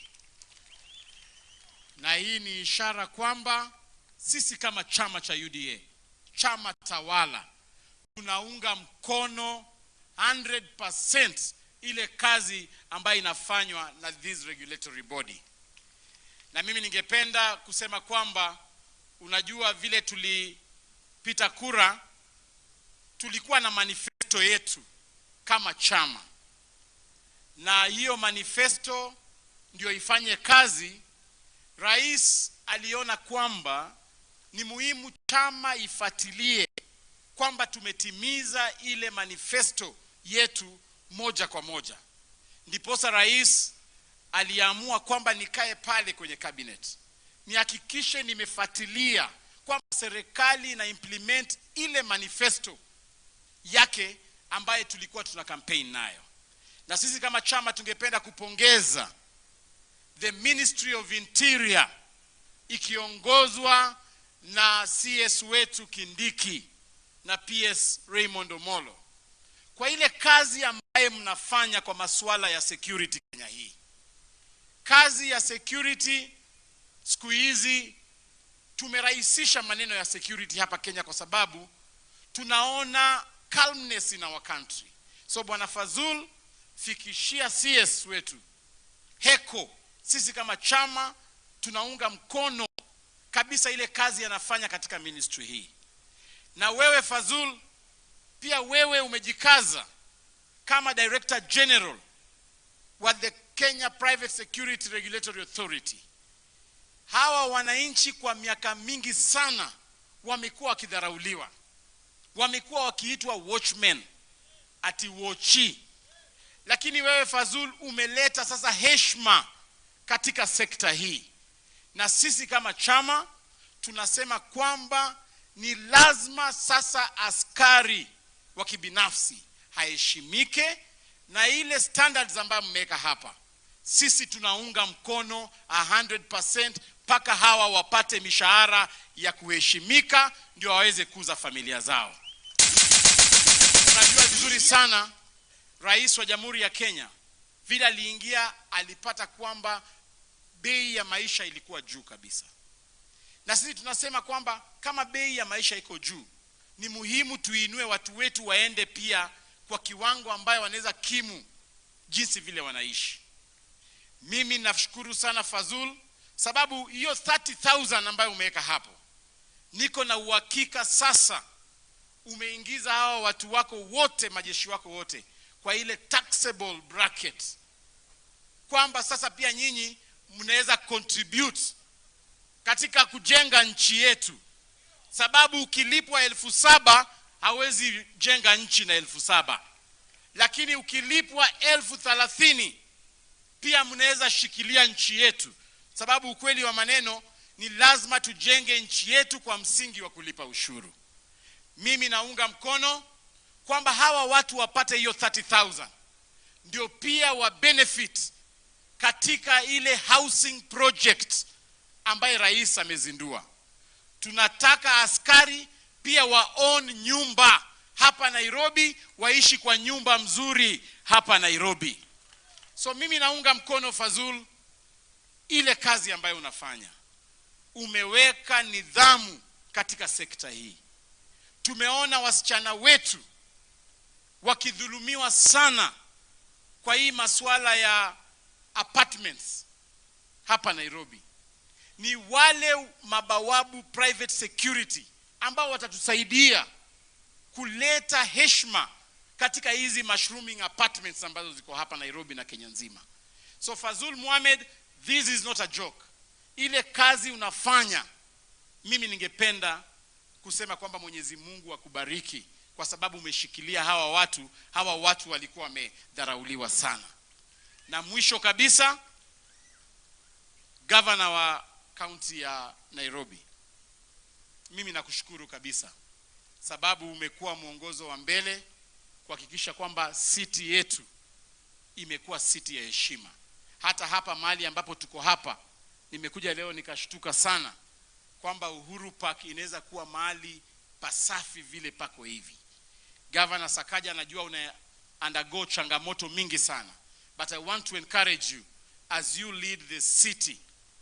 Security is key. Na mimi nashukuru kwa sababu nimesikia afisa Bungei akisema kwamba anaenda kufanya kazi na private security. Vile vile ningependa gavana pia uongee na askari wa Kanjo waweze fanya kazi na hawa private security na ile national security.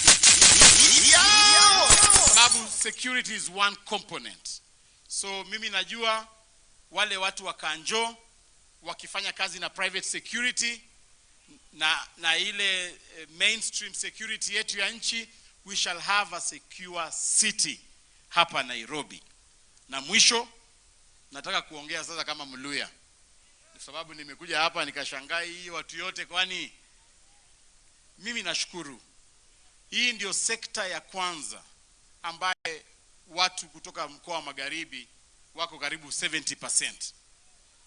Mimi ningependa kuomba viongozi wetu, vile Mheshimiwa Director General amesema, kwamba nyinyi watu ambao mko hapa katika private security kutoka jamii ya kutoka mkoa wa Magharibi, it is important vile rais wa Jamhuri ya Kenya kupitia internal security anajali maslahi yenu, anataka kwamba mpate mshahara wa heshima. Mimi naomba ikifika kwa masuala ya kisiasa, msimame na rais wa Jamhuri ya Kenya. Msifike pale mwanze kuongea lugha ingine. Haleluya, Muranga, munasikiza? Tafadhali, ni muhimu msimame na rais wa Jamhuri ya Kenya kwa masuala ya kisiasa, sababu yeye amesimama na nyinyi. Yeye anafanya kazi kuhakikisha wewe kazi yako imeheshimika. tafadhali msituaibishe. Mtamshikilia? Mtashikilia rais? Wangapi wanasema watashikilia rais kwa masuala ya kisiasa? Na mwisho kabisa, hapa Nairobi, huyu mtoto wetu, si mnajua ni Wengo, mtamshikilia? Mimi nashukuru sana, tuzidi kufanya kazi pamoja. Fazul, congratulations. Send my congratulatory message to your PS, Honorable Raymond Omolo. Send my congratulatory message to the Cabinet Secretary wa Interior kwa ile kazi mzuri mnafanya. Na mimi nataka kupeana onyo kwamba mkimaliza hii story leo hapa, tunaenda kupigana vita kubwa sana ya implementation of these resolutions. Sababu mimi najua mtaongea hapa, lakini implementation itakuwa na shida. Mnaenda kupigana na court cases. Kuna wale wenye makampuni wanaenda kotini sasa, waende wasimamishe, waseme muendelee kulipwa shilingi 7,000. Mimi ningependa kusema sisi kama chama tutaendelea kuhakikisha kwamba the resolutions of this meeting are implemented, kwamba sio mzaha. Sababu itakuwa makosa sisi kukutana hapa Uhuru Park tuagize watu 30,000, alafu tukirudi kwa kampuni yako unaambiwa unajua budget hakuna. Na najua itaanza. Mjue kwamba sisi tutaangazia zile kampuni ambazo zitakataa kulipa watu mshahara yao, na sisi kama chama tutasimama na watu wetu. So Fazul, wewe unaandika tu list, unasema kwamba hii kampuni inaitwa sijui nini security imekataa. We must implement the resolutions of this meeting, sababu hapo ndio shida itaanzia. Mtaongea hapa mzuri, tucheze vaida, tucheze sijui nini, lakini on Monday mnarudi kwa 7,000. That's the reality. Wakubwa wa hizo kampuni wamekaa na mimi hapa. I'm not inciting anybody, lakini tunaomba tafadhali tujaribu tuhakikishe tumeimplement. Vile vile viongozi wa serikali mjue kwamba vile mumeongeza Fazul, you need to lobby your sister, your colleagues in the different sagas of the government, kwamba pia waongeze budget zao, sababu utapata kwamba kuna parastatal ambaye ilikuwa imebudget na budget yake haitoshi kulipa 30,000. So you have a lot of work to lobby government agencies, to lobby county governments, to lobby individual premises, business premises, kuhakikisha kwamba mumehakikisha kwamba the implementation is not just mere rhetorics, bali hawa watu tukifika mwezi wa June wawe na 30,000 katika mifuko zao. So I will work with you through that journey, and I want to hakikisha mnataka Mei. Hapana, kuna utaratibu ambao mtaambiwa, ambayo utafuatwa. Otherwise I support, governor, I support you, na ningependa kuchukua fursa hii, ama utamwalika Fazul aje alike governor wetu malizishe ceremony hii. Otherwise asanteni na Mwenyezi Mungu awabariki. Asante sana Bwana Honorable Cleophas Malala, our Secretary General of the ruling party. Bwana Andabwa, nimepata request mingi sana kuhusu sako ambazo watu yangu wanaweka pesa alafu zinakuliwa. Wanaweka hizo zinatumika kufanya vitu zingine. Si ni kweli? Sasa Andabwa amekuwa akiniambia na watu wengine tutengeneze sako ya walinzi. Hii namba ni kubwa sana. You are 1 million plus. Even if you just save 1,000 shillings a month, that is 1.3 billion shillings a month.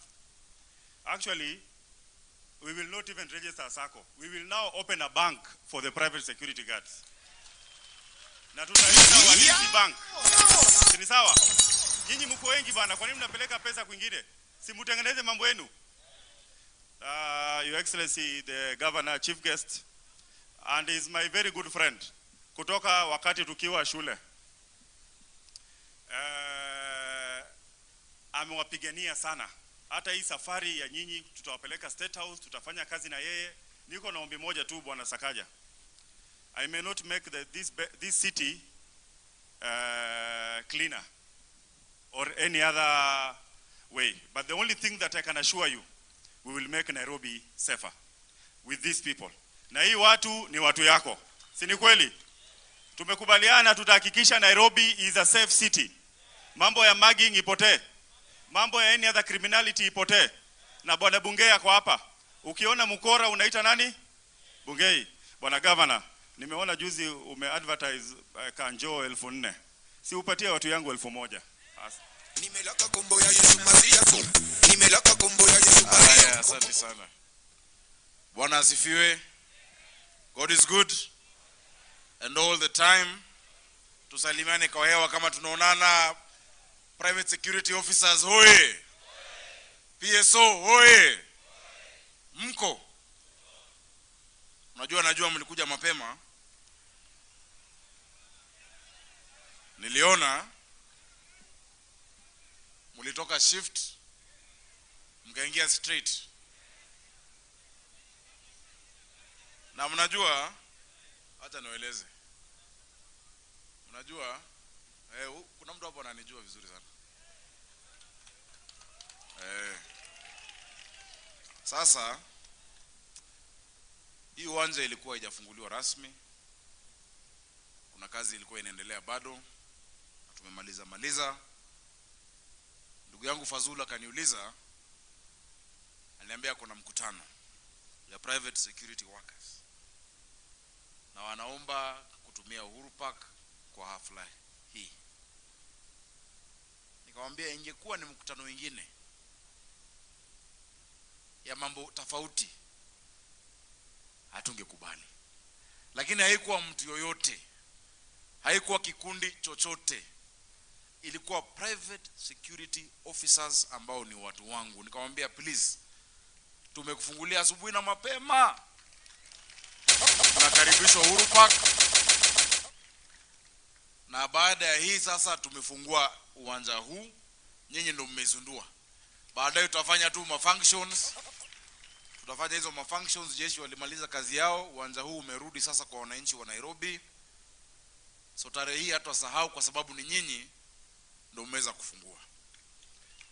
Pia ningependa kusema ni kweli ya kwamba hakuja kuwa mbeleni mkutano kama huu mkiwa wengi hivi pali pamoja. Na hapo awali, tangu taifa letu lianze, tangu Mungu ajenge Afrika na ajenge Kenya, mlikuwa hamjengea State House. Sijui kama mnakumbuka yule mtu aliopeleka wa kwanza State House. Tukaingia kwa nyasi, tukaangalia rais hivi uno kwa uno, tukazungumza mambo yetu, tukakunywa chai, tukakula mkate, tukafanya picnic, tukaachiwa kakitu. Nani aliopeleka? Si ni mimi? So inakaa tuko na historia mzuri pamoja. Lakini leo sina furaha sana. Kwa sababu unajua kuna mambo nimeona misifurahi. Na kama gavana wenu lazima niombe ukweli. Unajua nilikuwa bunge, nimemaliza mambo ya bunge. Nilikuwa naandika sheria, siku hizi siandiki sheria, nina assent na sign sheria ambayo imepitishwa na wabunge. Hii safari haijaanza jana. Hii safari imeanza muda mrefu uliopita. It is very sad for us to keep talking about the same things, going about the same way and expecting a different result. It is very sad. Hii sheria ililetwa bunge na ni muhimu sana tumkumbuke na tumshukuru. Saizi ni waziri wa defense Adan Duale. alikuwa leader of majority when the private security regulation law was brought, na nilimsukuma wakati huo sana kuhakikisha sheria imeletwa, imepitishwa, tukaipitisha. 2016 tukaambatana wote State House. Ndugu yangu Aden akasimama, Rais Uhuru Kenyatta karibu aanguke na furaha, kwa sababu Aden alikuwa na mchunga kule Valley Arcade na alikuwa anachunga ile apartment alikuwa anakaa. Na Aden ulisema 1994 ni 1984. Na kata tarehe unaanza kusahau, umezeeka kidogo. 1984, because when he left university in 85, pale alikuwa anakaa Valley Arcade, Aden ndo alikuwa anachunga. Tukasema hii mambo yote. PS Kibisho Karanja wakati huo akaleta orodha ya kampuni ambazo hazilipi minimum wage. Tukakuja hapa Labor Day. Wakati huo rais kwa mara ya kwanza kwa miaka miwili mitatu akaongeza minimum wage. Tulifuata hayo? Tulifuata? Mkasema mnataka sako moja. Hiyo wimbo yote mnaimba leo mlimba 2016. Nilitoa milioni ngapi? 3. Rais wakati huo akanituma na pesa, tukaleta, where was it Andabo? Nyayo Stadium. Nyayo Stadium, si nilileta? Why are we talking about the same thing today that we discussed in 2016? Mimi nimesikia uchungu mambo mawili. Na mnisikize. Unajua mimi ndo gavana yenu. Yeah? I must tell you the truth. I feel pain mambo mawili yakifanyika. When you take these security officers for granted and when you take the community for granted. Mmetumiwa kwa muda mrefu sana. I am telling you the truth. Kwa muda mrefu mambo inafanywa mnachekelewa. Mmekuja hapa sarakasi. Have you come for drama festival? Have you come for games? Have you come for a picnic? You must believe in your rights and you must change how you operate.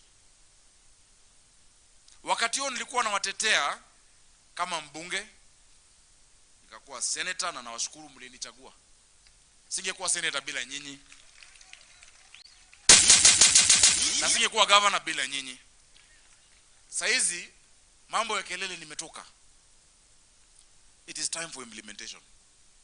We must implement what we agree on, ama tutachekelewa mpaka dunia iishe. We have had leaders, great leaders. Great leaders. We cannot have child's play when it comes to matters of lives and livelihoods. Hawa watu wameteseka sana. Muumia kwa muda mrefu. Nimefurahi sana mkutano huu inafanywa 2024. Sio mwaka wa siasa. So hakuna siasa hapa. Si ndio hiyo? You cannot take any false promise anymore. 2024. Ile kitu mmekubaliana si kuna 25. 26 mtakuwa bado. Mtakuwa muona 2027. Sijui kama tunaelewana. My Secretary General is here. Fazul, my brother, ambaye nampenda sana. Wakati tulienda State House, we had passed the regulation, there was no authority. There was no Director General. Today that you're here, there must be a change. Matumaini hawa watu wote iko kwako. It is not business as usual. It will not be business as usual. Tunaelewa? Because once you make such a commitment, once you've made such a commitment, I tell you, we must meet it. Mimi nimekuwa chairman wa Labor kwa Senate. Nimekuwa chairman kwa National Assembly. Labor Relations Act nimeisoma naelewa hivi. Labor Institutions Act nimesoma naelewa hivi.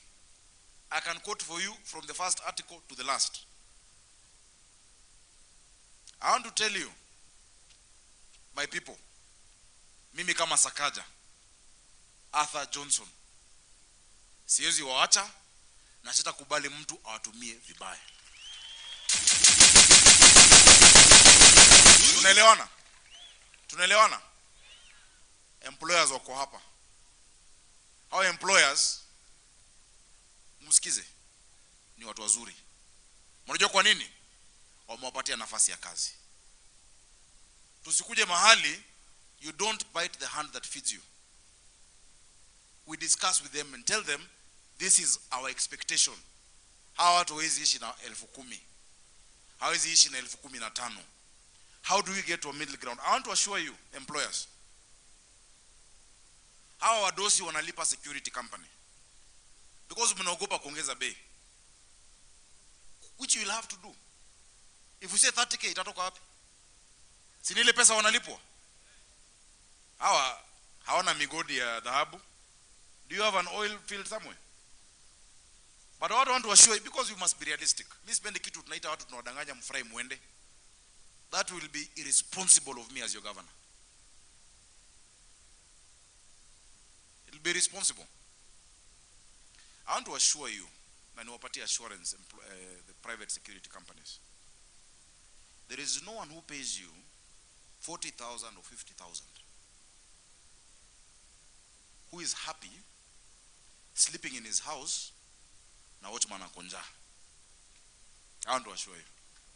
I want to assure you that I would rather pay 60 or a bit more, but the human being, Bwana Okelo, wewe uchungi kwangu, ni huyu askari wako. Sindio? Sasa akiwa akonja na kwa hapo nje kwa geti yangu, si hata atasaidia watu wakupora wapore.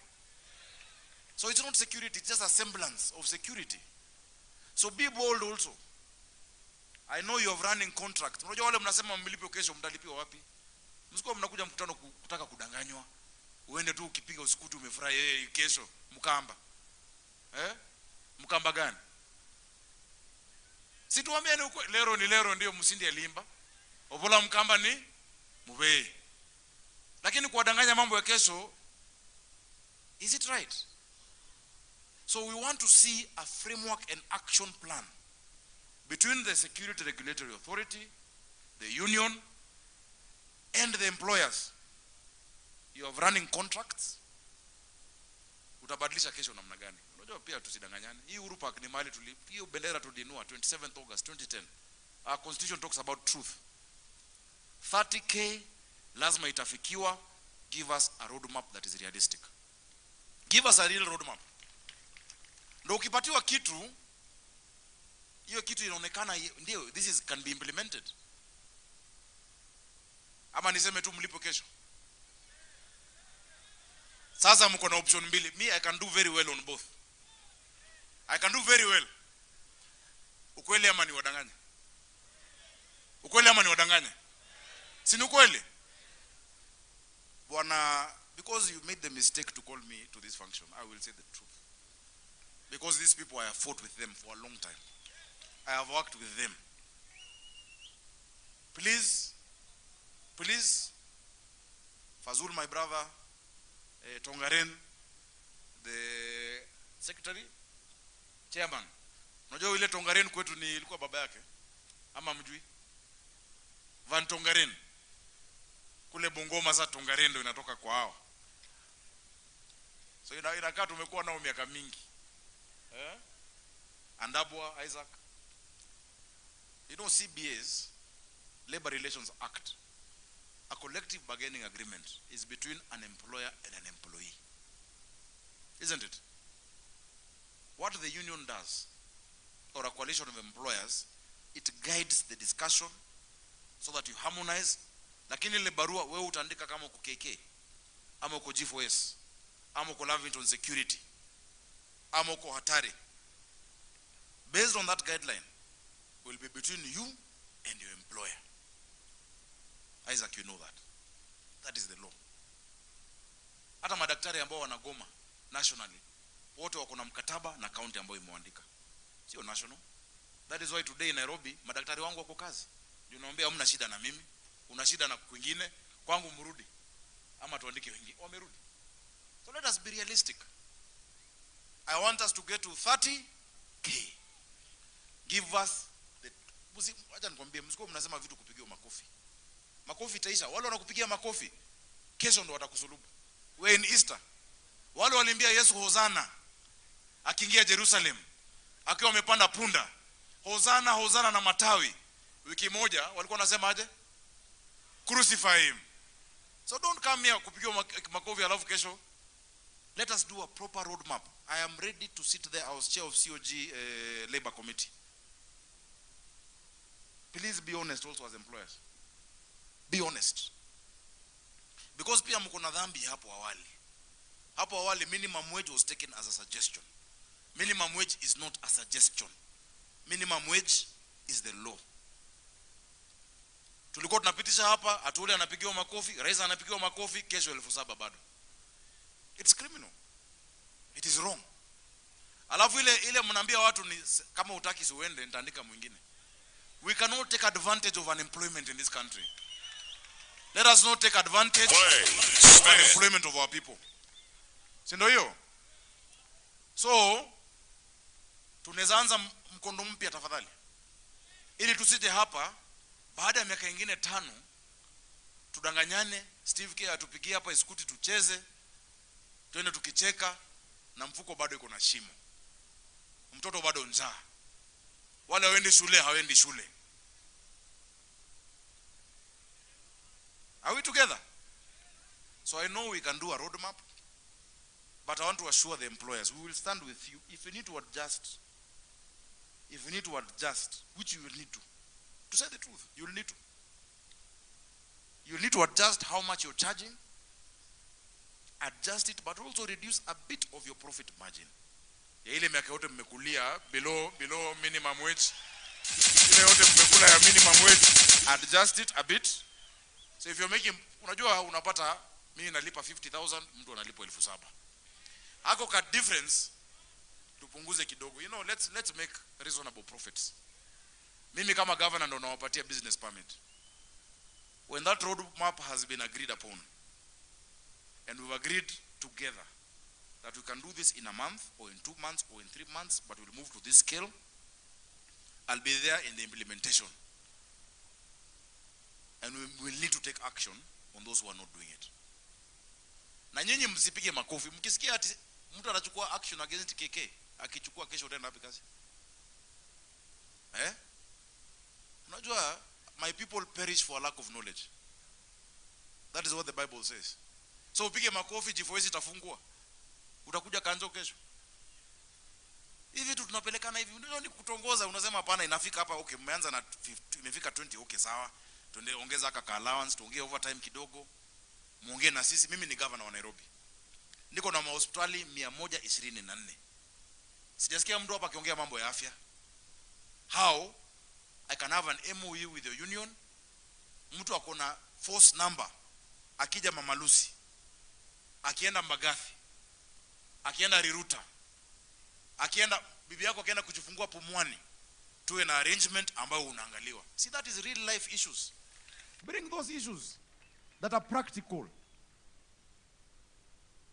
Otherwise tutacheza skuti miaka mingine 4. Alafu baada hiyo mtu akuja na maneno matamu, aseme 50K kesho, mpige makofi. Unafikiri landlord wako utampigia video ya hii mkutano na una pesa kwa mfuko? Useme hata Malala alisema, hata mbunge alikuwa hapa amevaa nguo ya jeshi akasema. I care about you people so much that I want you to have what is practical and real.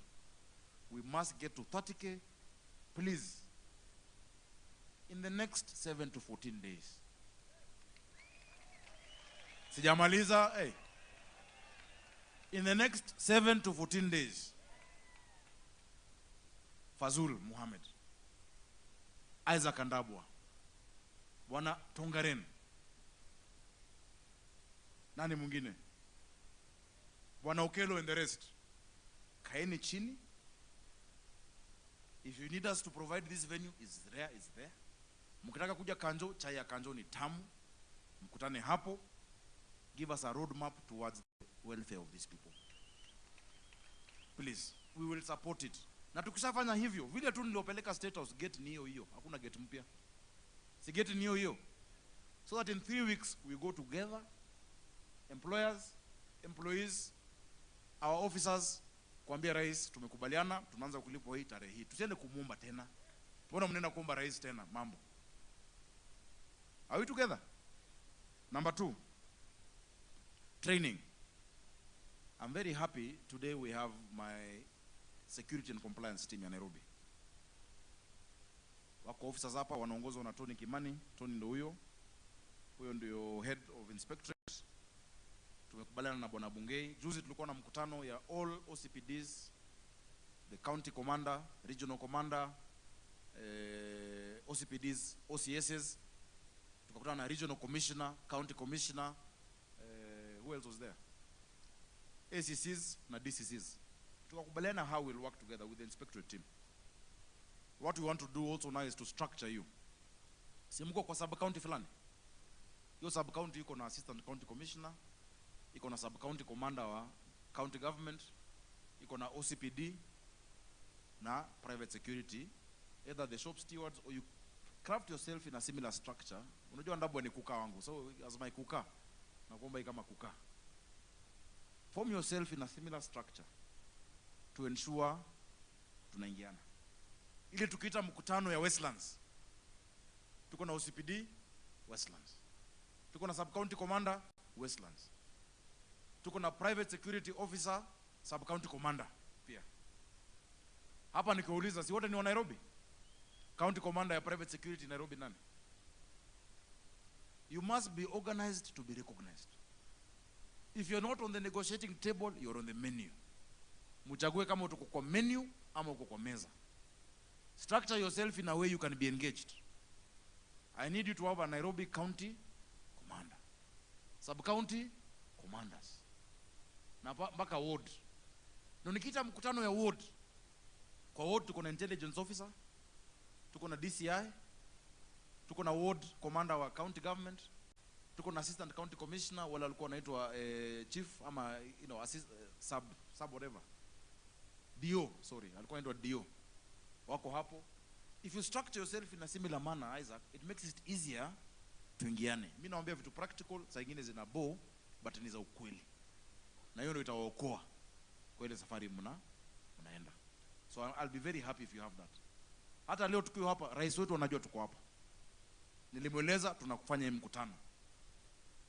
Akaniuliza tena. Nikamwambia hapana, lazima tukubaliane. So that we go with something. Sasa ukirudi nyumbani utaambia nini bibi yako?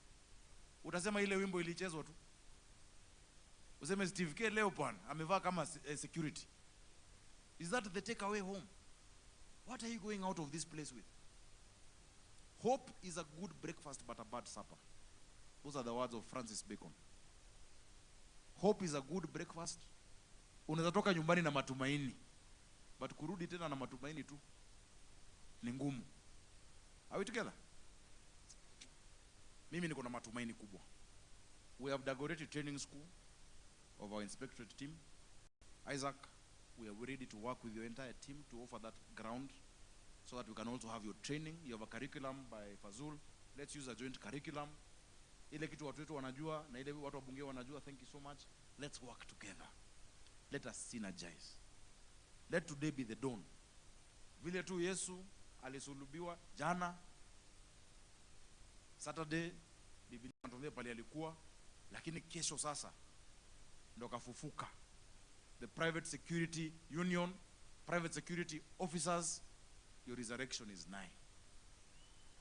Your resurrection is here. Nikimalizia, kwa sababu nimesikia sasa ati mlikuja mapema.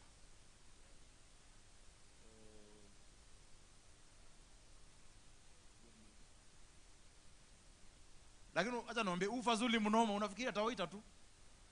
Huyu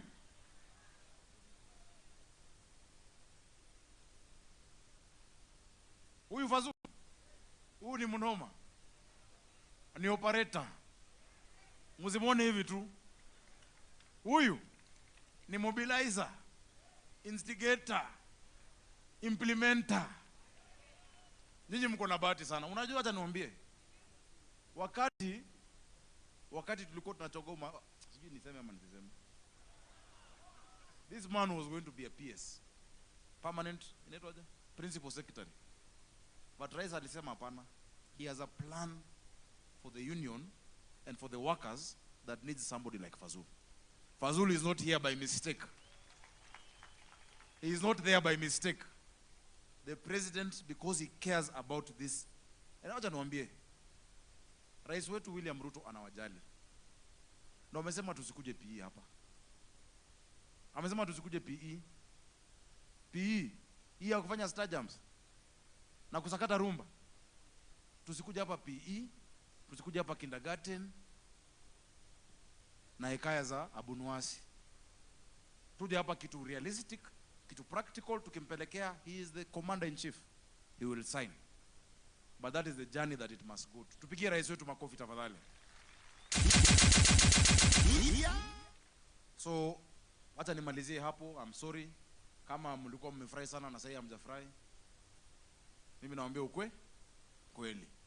But na ile uchungu nilisikia ile siku nilijua mambo imeisha. Tumeenda mpaka State House. Surely. Unajua State House, private security waliingia siku gani? Inachungwa na GSU, inachungwa na jeshi. Hiyo siku tulikuwa 6,000. I remember so well.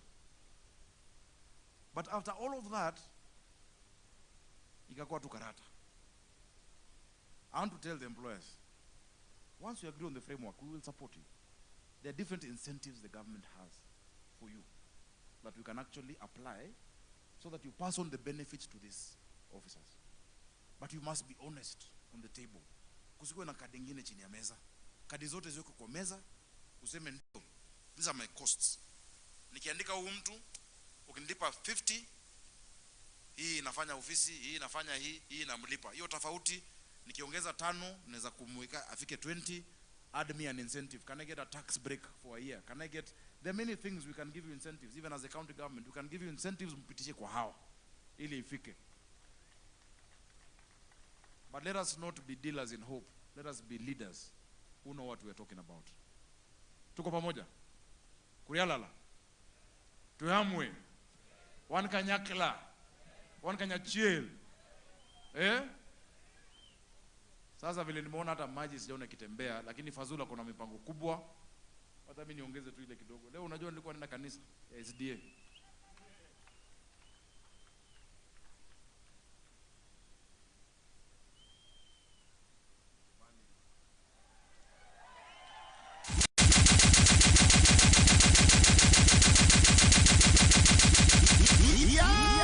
Uniruhusu niongeze tu hii ya soda. Si ndio hiyo?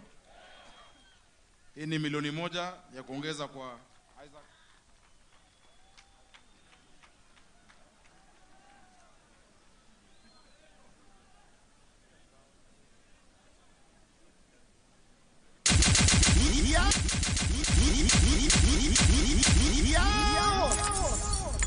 Aya, najua sio ni 1,000,000.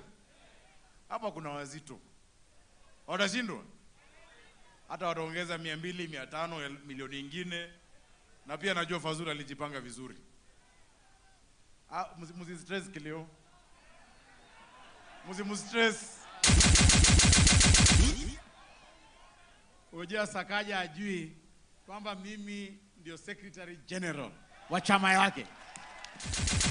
Sakaja bila chama wewe hakuna governor hapa bwana. Sasa mimi nitasindikiza governor na shilingi 1,500, nusu milioni. Unaona inaongezeka?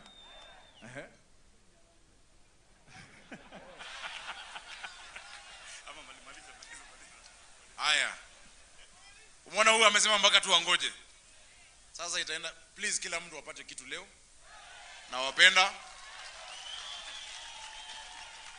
Mungu awabariki.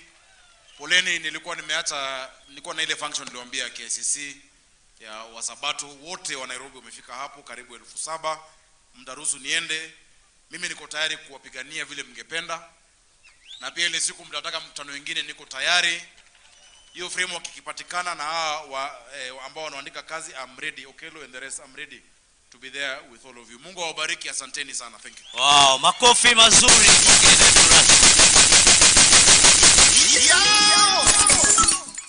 Gavana, kabla utoke, mimi nataka kukushukuru kwa hii umetupatia leo. Andabo atashughulika, lakini niko na pli moja tu peke yake. Hii safari sio rahisi. Hii watu yetu wameumia kwa miaka mingi sana. These people here hawataki chai ya kanjo. Wanataka 30. Mnataka nini? Bwana Andabwa, a CBA cannot be an illegal document. Any CBA that is signed below 30K is an illegality. And we will not recognize any CBA below 30K. And next week, I will publish a list of all companies that have not committed to pay minimum wage. Next week. God bless you all. Wow, thank you very much. Na kabla hatujaweza kucheza wimbo wa taifa, naomba nimwalike tena Steve K.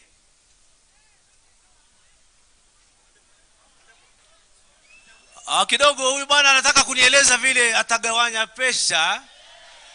Hata wengine mlikuwa mmelala, lakini mliposikia kuna hela mkaamka. Basi bwana Adabwa, naomba uchukue ile microphone, alafu tueleze tutafanyaje.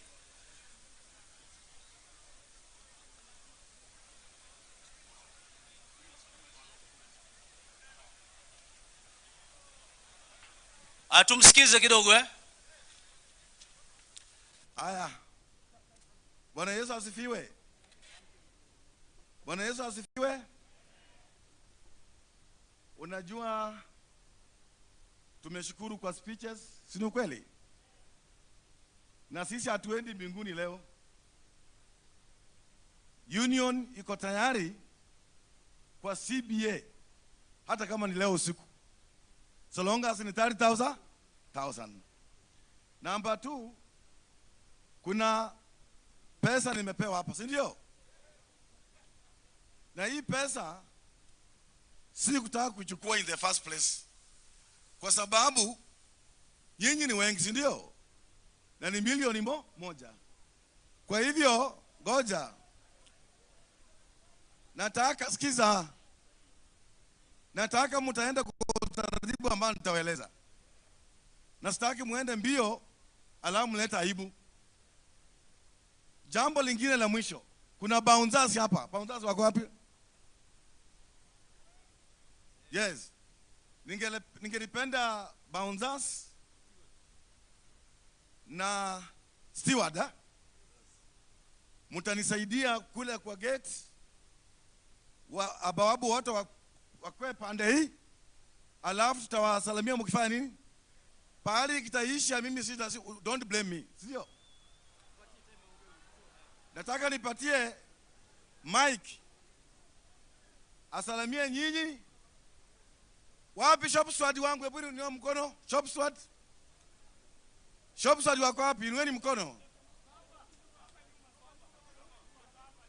Okay, shop swad tutaenda nyinyi pale. Aya, Gazoe. Gazoe. Sasa tunaomba tusaidiane. Mimi naitwa Brian Ongore, mimi ni chairman wa Security Steward Kenya mzima.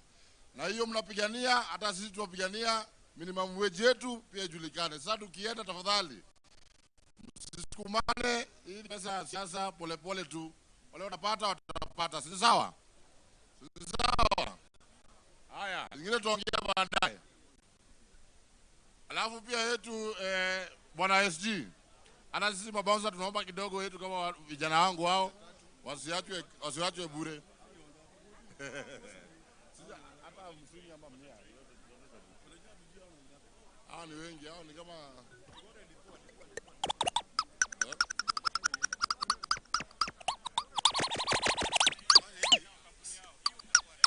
naomba hivi, sikiza.